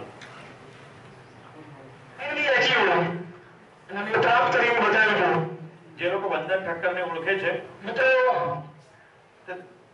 એકેડેમીનો કોઈ કાર્યક્રમ ને મને મહેમાન બનાવેલો. હું પહેલા સોફામાં બેઠો હતો, સામે સ્ટેજ હતો. આમ સામાન્ય રીતે આપણે કોઈ પ્રકારનું પદ ધરાવતા હોઈએ તે વખતે તે પદની ગરિમાને અનુરૂપ વર્તવું જોઈએ. તમે એમ ગમે તે ઉભા થઈને હેડવા ના માંડીએ. એટલે સામે સ્ટેજ ઉપરથી બધી ઘોષણા ચાલી રહી છે. હું સામે સોફા પર બેઠો છું અને આ પક્ષી મને ટંકો કરી દીધો. ટંકો કરવા માટે ફિઝિકલી જોવું જરૂરી નથી. તમારી અંદર એકવાર એવી સ્થિતિ નિર્માણ થાય એટલે તમને પક્ષીઓના હોવા માત્રનો અહેસાસ ગમે ત્યાં જોતા હશો તો પણ થશે. એકવાર મારે અમદાવાદથી રાજકોટ જવાનું હતું. મારી સાથે હિમાંશુભાઈ હતા વિસનગરના.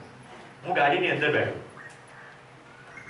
એસજી હાઈવે પરથી ગાડી ચાલે, તમે સમજી શકશો 80 ની આજુબાજુની સ્પીડ હોય. હજી વૈષ્ણોદેવી સર્કલ આવે તે પહેલા મેં કીધું હિમાંશુભાઈ ગાડી રોકો.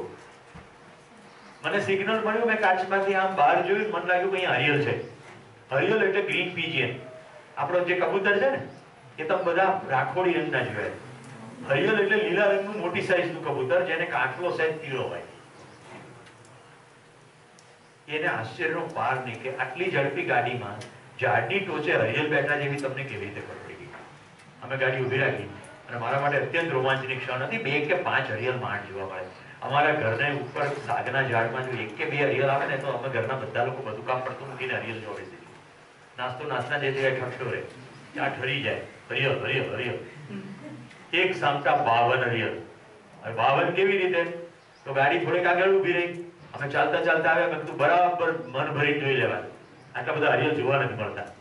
એટલે બધા હરિયલ ગણ્યા. પછી હિમાંશુને મેં ગૂગલ કરીને બતાવ્યું કે આટલે દૂરથી તેને સ્પષ્ટ ખ્યાલ નહીં આવે એનું સૌંદર્ય કેવું છે. આ જો ગૂગલમાં, એટલે હરિયલ એને જોઈ લીધું. પછી મેં કહ્યું હવે આપણે નજીક જઈએ. પણ હરિયલ શાહી પક્ષી છે, શરમાળ છે અને વગડાનું છે. ઘર આંગણે આવે તો રાજી થવું જોઈએ. એટલે હરિયલ હવે આપણે જેવા ઝાડથી નજીક જઈશું કોઈ એક તબક્કે નજીકમાં નજીક જોઈ શકાશે, પછી બચાવડી જશે. હું મારું ધ્યાન વિડીયોમાં હશે એટલે તું ધ્યાનથી જોજે, કારણ કે મારે આ તક ગુમાવી નથી. એટલે મેં કેમેરો બરાબર એલર્ટ રાખ્યો અને બધા 52 હરિયલ ઉડી ગયા.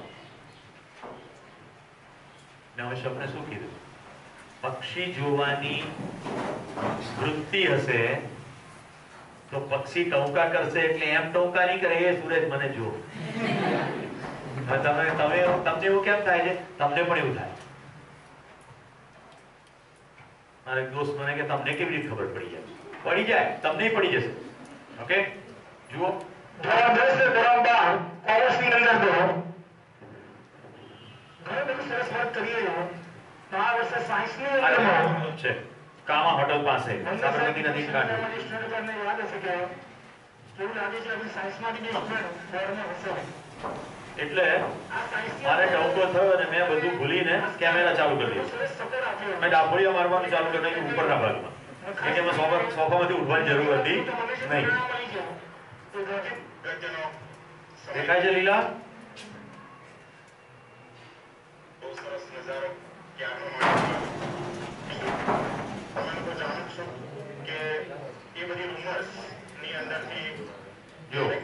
કોઈક વસ્તુ એવી મળી જતી હોય છે કે જેમાં આપણે 2-5 માર્ક્સ પ્લસ થઈ જતા હોય પણ મોટાભાગના કેસની અંદર એવી ઉંમર સુધી કોઈ પ્રોફિટ થતો નથી, કારણ કે બોર્ડની સિસ્ટમ એટલી મજબૂત છે અને એનું પ્રત્યક્ષ આઈ થિંક આટલું ઘણું.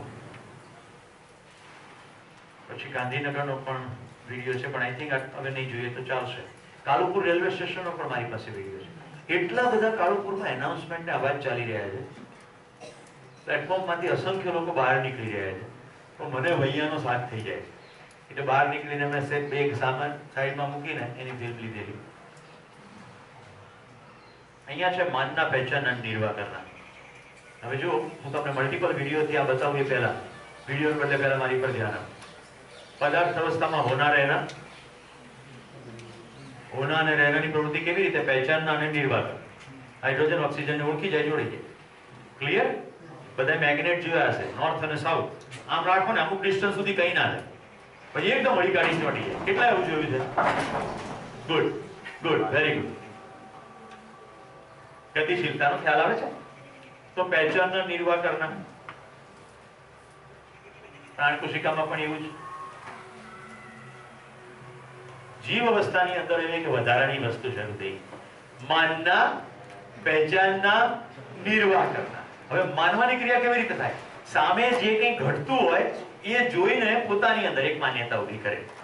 તમને ખૂબ હસી હસીને બેવડ વળી જાવ, એક વિડીયો બતાડો. ત્યાંથી શરૂ કરીએ આપણે. માનના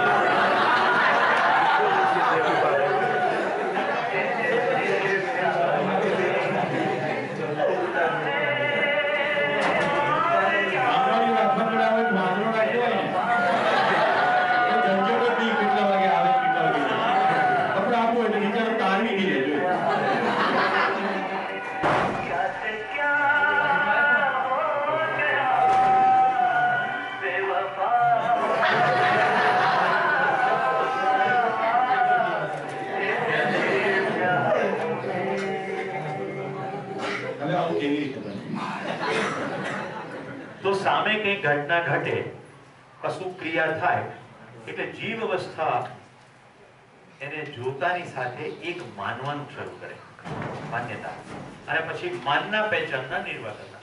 તો કેમ્પસાઇટ ઉપર વાસણો અને કપડાની સફાઈ કેમ્પરોને કરતા જંગલમાં જોઈને જંગલના વાંદરાઓ આવી રીતે એની કોપી કરવાનું શરૂ કરે. માનના પહેચાનના નિર્વાહ કરતા. જોઈએ બીજું એવો?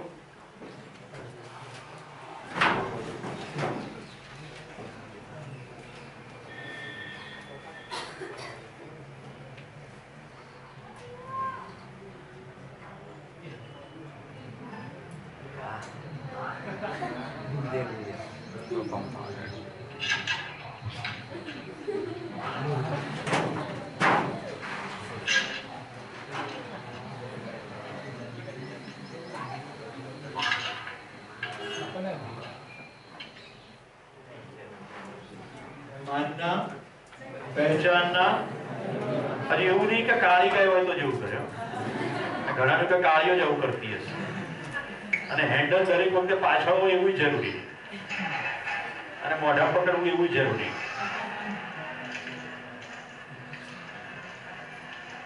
ગાય દૂરથી જુએ છે કે કોઈ માણસ આવી રીતે પાણી કાઢે છે.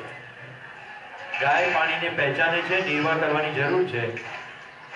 માનના પહેચાનના નિર્વાહ કરનાર. મિત્રો એકવાર દબાઈ નીકળી જાય ને તો આપણે એવું તારવી લઈએ કે એક્સિડન્ટલી થઈ ગયું. તમે જોઈ રહ્યા છો કે સિસ્ટમેટિકલી અને દાંડાને ઊંચો કરે છે, નીચો કરે છે, પાણી કાઢે, તરસ છીપાય ત્યાં સુધી ડંકી ચલાવે.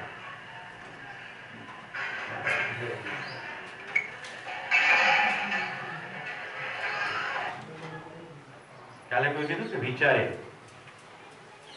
આહાર, નિદ્રા, ભય અને મૈથુન 4 વિચાર એમાં જોવા મળે છે, કારણ કે એને પણ જીવન જ ચલાવે છે. આ છે પશુ ચેતના.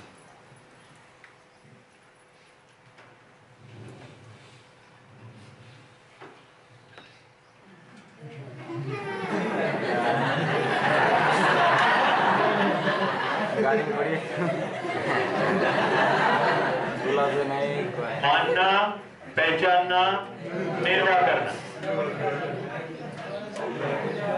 तू ट्राई मार.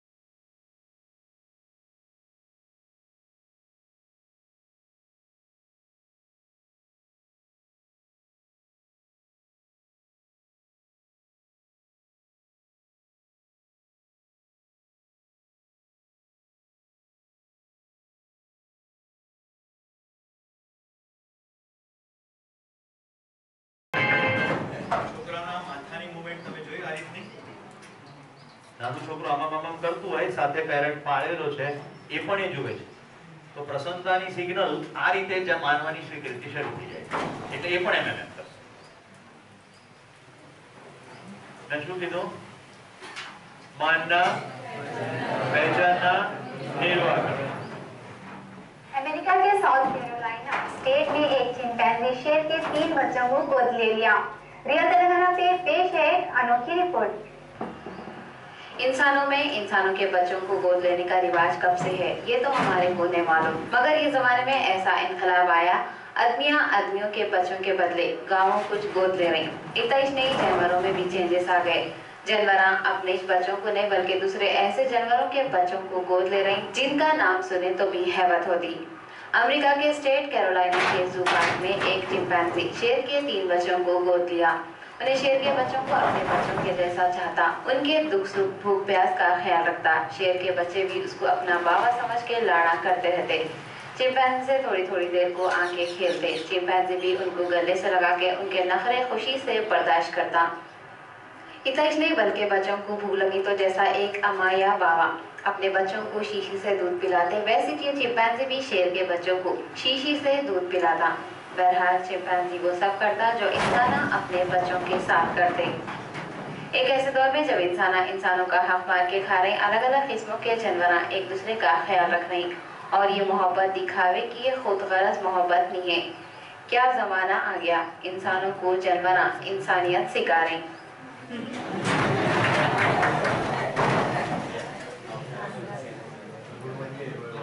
व्यवस्था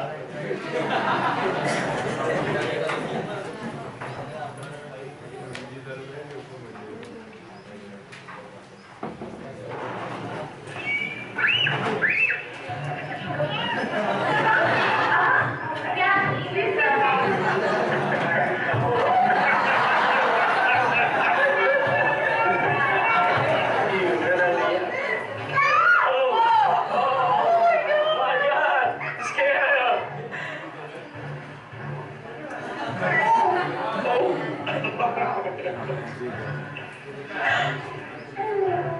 hi, kitty.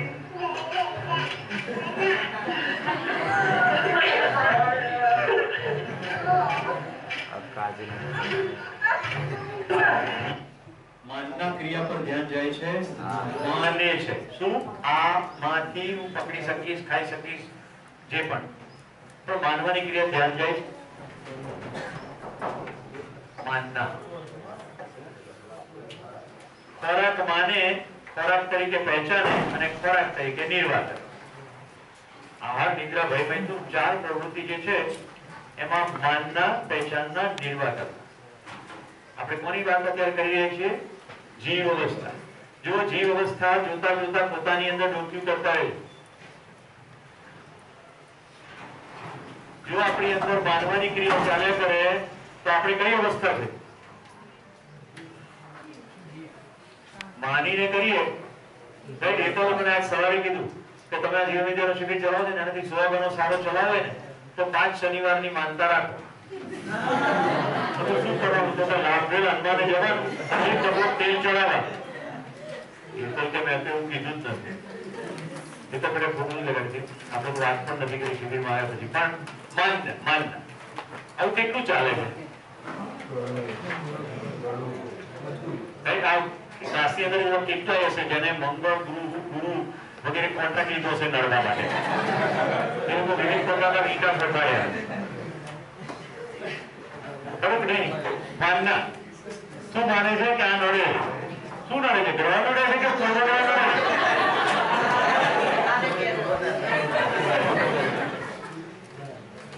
મને કોઈ ગ્રહ નડે છે કે પૂર્વગ્રહ નડે છે? ગ્રહ નડે છે કે પૂર્વગ્રહ નડે છે? કેવું પૂર્વગ્રહ? તમે નોકરી નથી મળતી ને એ પૂર્વગ્રહ. અને ક્રેડિટ કોને આપવાની? મંગળને કારણે નોકરી. પોતાની તો ડોક્યું કરતો જ નથી. 2 વખત 4 કરતા આવડતું નથી, ક્યાંથી કોઈ નોકરી આવડ તો હોવી જોઈએ ને. કુશળ માણસોને ક્યારેય ખાવા પીવાના પ્રશ્નો હોતા નથી. સરકાર ભલે બિચારી કૌશલ્યવર્ધન કે પણ આપણા મગજમાં કલ્યાણ રાજ્યની એવો કન્સેપ્ટ ઘૂસી ગયો છે કે સરકાર માય બાપ છે ને આ મોઢામાં ખવડાવે ને તો જડબું બી ખોલવું નથી. એ બી એક ખોલી નાખી દે એવી વૃત્તિ આપણે ધરાવવા લાગે છે. આપણા હાથમાં સત્તા આવી ને પછી એક મોટો અકસ્માત થઈ ગયો. આપણા ગામડાના સ્વાવલંબન પૂર્વક જીવતા હતા. મને યાદ છે મારા બાલ્યાવસ્થાનો એક પ્રસંગ. ખાડામાંથી દાણા ઘરે આવ્યા તે દાદાજી બધાને વહેંચણી કરતા હતા કે ભાઈ આટલું ધનજી સુથારને ત્યાં પહોંચાડો, આટલું મોહન લુહારને ત્યાં પહોંચાડો. હું દરેક વેકેશનમાં જાઉં એટલે મેં પૂછ્યું કે તમે અમુકને ત્યાં અમુક ક્વોન્ટિટી મોકલી, અમુકને ત્યાં અમુક વધારે ક્વોન્ટિટી મોકલી, તો એનું કઈ રીતનો હિસાબ છે? એ લોકો વર્ષમાં વધારે કામ કર્યું એટલે કે તમારે મોહન લુહારનું તો આ વર્ષે કંઈ કામ જ નહોતું પડ્યું, કોઈ લુહારી કામ કર્યું નહોતું, પણ એના ઘરમાં ખાનારા કુલ 15 છે. એટલે 15 જણા પૂરતું અનાજ મોકલવું પડે. અને ધનજીને ત્યાં 3 જ જણા છે. એને આખા વર્ષ દરમિયાન ઘણી બધી વાર આપણા હાઉસ રિપેર કર્યા, એ બધા સાધનો રિપેર કર્યા, પણ ખાનારા 3 છે તો 3 પૂરતું મોકલવું પડે. હું તો શહેરમાંથી ગયો પણ મને એટલી અક્કલ આવી એ વખતે કે મારા બધા ગામના જેટલા લોકો છે અને પોતાના પરિવારના માનીને વાત કરીએ. અહીંયા નાણાંનો હિસાબ એને શું કામ કર્યું એના બદલામાં છે નહીં. પછી એકવાર સવારમાં મારું સૌરાષ્ટ્રમાં ગારિયાધાર પાસે ગામ છે. મારા દાદીમાં કે ભાઈ વેકેશનમાં છોકરાઓ આવ્યા છે એને ખાવા દેજો, પણ ચા ન મૂકતા, એટલે ઘરમાં ચા ના કરે.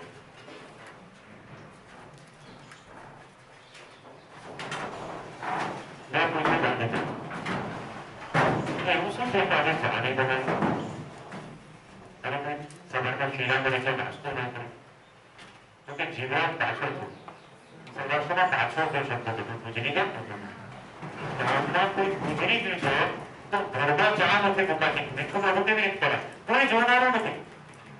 શું થઈ રહ્યું છે? બરોબર ફેરવા કરો. અવાજ નથી બરાબર આવી.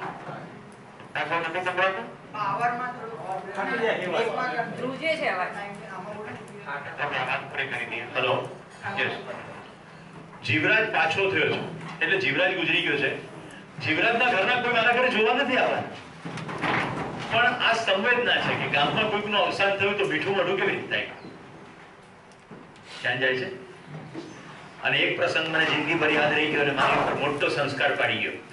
બપોરનો સમય હતો. દાદાજી ઘરે આવીને મારા દાદીમાને કહે, રોટલા ઘડવાનું શરૂ કરો, 50 જણને લઈને આવું છું. મારા દાદીમાં એવું ના પૂછ્યું કે કોણ શું કામ, એવું ના પૂછ્યું. દાદા ગયા અને દાદીમાં તરત વાસની અંદર બૂમો પાડી થોડાક બહેનોને, અને 5-6 બહેનો ભેગા થઈ ગયા અને રોટલા ટીપાવવાનો શરૂ થયા. થોડીક જ વારમાં દાદાજી આવ્યા. ગામના પાદરમાં બસ સ્ટેન્ડ ઉપર બસમાં પંચર પડેલું, એટલે બસ સ્ટેન્ડ ઉપર અસંખ્ય લોકો બેઠા હતા. હવે ગારિયાધારથી મોરબા ગામ મારું 4 કિલોમીટર થાય અને બીજો કોઈ સુવિધા ઉપલબ્ધ નહીં, એટલે બસનું ટાયર પંચર કરાવવા માટે 4 કિલોમીટર બીજું કોઈ વાહન મળે તો જાય, અને ત્યાર પછી એ ટાયર પંચર થઈને આવે પછી બસ આગળ જાય. ત્યાં સુધી એ મુસાફરોને શું કરવાનું? અને જમવાનો સમય હતો. હું તો સાવ નાનો પણ મેં જોયું કે 50 માણસો એક પંગતમાં બેઠા, બધાને જમાડવામાં આવ્યા, અને પછી રિપેર થાય ત્યાં સુધી બધાને પરસાળમાં સુવાની વ્યવસ્થા કરવામાં આવી. 3 કે 4 વાગ્યા સુધી મહેમાનો રહ્યા, પછી બધાને ચા પીવડાવી દાદાજી પાછા મૂકવા ગયા. એક પણ પરિચિત નહોતો એમાંથી. મિત્રો, અત્યારે તમારી વચ્ચે ઊભો છું તો મને મારા દાદાનું પુણ્ય સ્મરણ છે કે કદાચ એ સંસ્કારનું બીજ પડી ગયું, એને કારણે જીવનમાં એવા કેટલાય નિર્ણયો યોગ્ય થયા, કેટલી વાર ઉદારતાપૂર્વક એવી રીતે વર્તાયું કે જેથી મોટો પરિવાર ઊભો કરી શક્યો છું. મુદ્દો સમજાય છે? આમાં કોઈ મારા દાદાની ખાસિયત નથી. તમારા પોતાના ઘરમાં ડોક્યું કરો, તમને તમારા વડીલો આવા જ મળી આવશે. વાત તો ખાલી જોવાની જ છે. આપણે જોઈએ છે ખરા કે શું થઈ રહ્યું છે. હવે હું યુરોપમાં હતો, અમેરિકા હતો, દુનિયાની બહાર ગયો, ક્યાંક કોઈ સહેજ પરિચિત મળી આવે તો તરત પૂછે તમારું ગામ કયું? એટલે હું કહું કે મોરબા, ગારિયાધાર પાસે. તો કે તમે ઉકા દાદાને ઓળખો? મેં કીધું મારા દાદા થાય. તો જે વ્યક્તિ ખાલી આટલું સાંભળે, કાં મને ભેટી પડે, કાં મને પગે લાગી લે, કોઈક રીતે ક્યાંક મારા દાદાએ એને જમાડ્યા હોય, ક્યાંક મદદ કરી હોય. અમારા ગામના એક હરિજનભાઈ હમણાં એક વાળુકડના કાર્યક્રમમાં ભેગા થઈ ગયા. હવે એમને ત્યાંના ટ્રસ્ટીએ પરિચય કરાયો કે આ મોરબાના જ છે અને ઉકા દાદાના દીકરા થાય. તો કે એમનું પ્રવચન પૂરું થાય પછી મારે મળીને જવું છે, એટલે મારી પાસે મળવા આવે. કલ્પના કરજો, મારી 55 વર્ષની વય છે, હમણાં ફેબ્રુઆરી 56 થઈ જશે. લગભગ 70 વર્ષની વયના વ્યક્તિ. હું સ્ટેજ ઉપરથી ઉતર્યો, એકદમ ત્યાં સામે જ ઉભેલા હતા, આવીને મારા પગમાં પડવા ગયા. એટલે હું તો એકદમ મૂંઝાઈ ગયો. કોઈ વડીલ આપણને પગે લાગે તો કેવું કહેવાય? મને કે ત્યારે હું હરિજનવાસમાંથી ગામ તરફ જતો હતો અને ધીમે ધીમે ચાલતો હતો. એ વખતે તમારા દાદા ત્યાંથી નીકળ્યા, ઘોડું ધીમે કરીને કે ભાઈ તને શું થયું છે? તો કે મને તાવ આવે છે. દાદા ઉતરી ગયા, એને ઘોડે જ બેસાડ્યો અને ઘોડું દોરીને નાનકડું પબ્લિક હેલ્થ સેન્ટર જેવું છે જ્યાં અઠવાડિયામાં એકવાર ડૉક્ટર આવે, ત્યાં લઈ ગયા. એ અસ્પૃશ્યતાના દિવસો હતા, હરિજનોને ટચ ના કરતા. એટલે કે તમારા દાદાનો ગણ એટલે ઉપકાર હું આખી જિંદગી ભૂલી શકું એમ નથી. કોઈ અસ્પૃશ્યતા નહોતી. મને યાદ નથી આવતું કે હુસેનને મુસલમાન કહેવાય, એ મને 10મા ધોરણ સુધી ખબર કેમ ના પડી. એક જ પંગતે બધા જમવા બેસતા, એક જ પંગતે એક જ સરખો ખોરાક પીરસાતો. મિત્રો, લોકનિકેતનમાં પણ એ જ પ્રવર્તે છે. તમે અહીંયા જે જમો છો ને એ જ જમું છું. એ ભોજન અહીંયાથી કિરણભાઈ, આ સંસ્થાના મેનેજિંગ ટ્રસ્ટી કે એના પરિવારના, એ જ ભોજન જમે. ફરક ખાલી એટલો છે કે મહેમાન ખંડની બાજુમાં જે ઘર, એ પણ ગેસ્ટ હાઉસ જ છે આમ તો, ત્યાં અમે એમની સાથે બેસીને જમીએ છીએ. ભોજન અહીંથી જ પેક થઈ જાય. એક જ બધું સરખું, બધા જ સમાન, કોઈ ડિસ્ટિંક્શન નહીં. ઘરની નવી પરણેલી સ્ત્રીઓ ક્યારેક એવી વાત કરતી તો મારા દાદા ખખડાવતા અને નારાજ થતા કે કોઈ પણ પ્રકારનું જુદાપણું નહીં રાખો, બધા સરખા છે, સમાન છે. માનવ જાતિ એક, માનવ ધર્મ એક, રાષ્ટ્ર એક. એ કન્સેપ્ટ આપણે સમજવાનો છે. 10 ને 10 થવા આવી છે. આપણે ચાય પે ચર્ચા 30 મિનિટનો વિરામ, 10 ને 40 રિઝ્યુમ કરીશું, એટલે 10 ને 5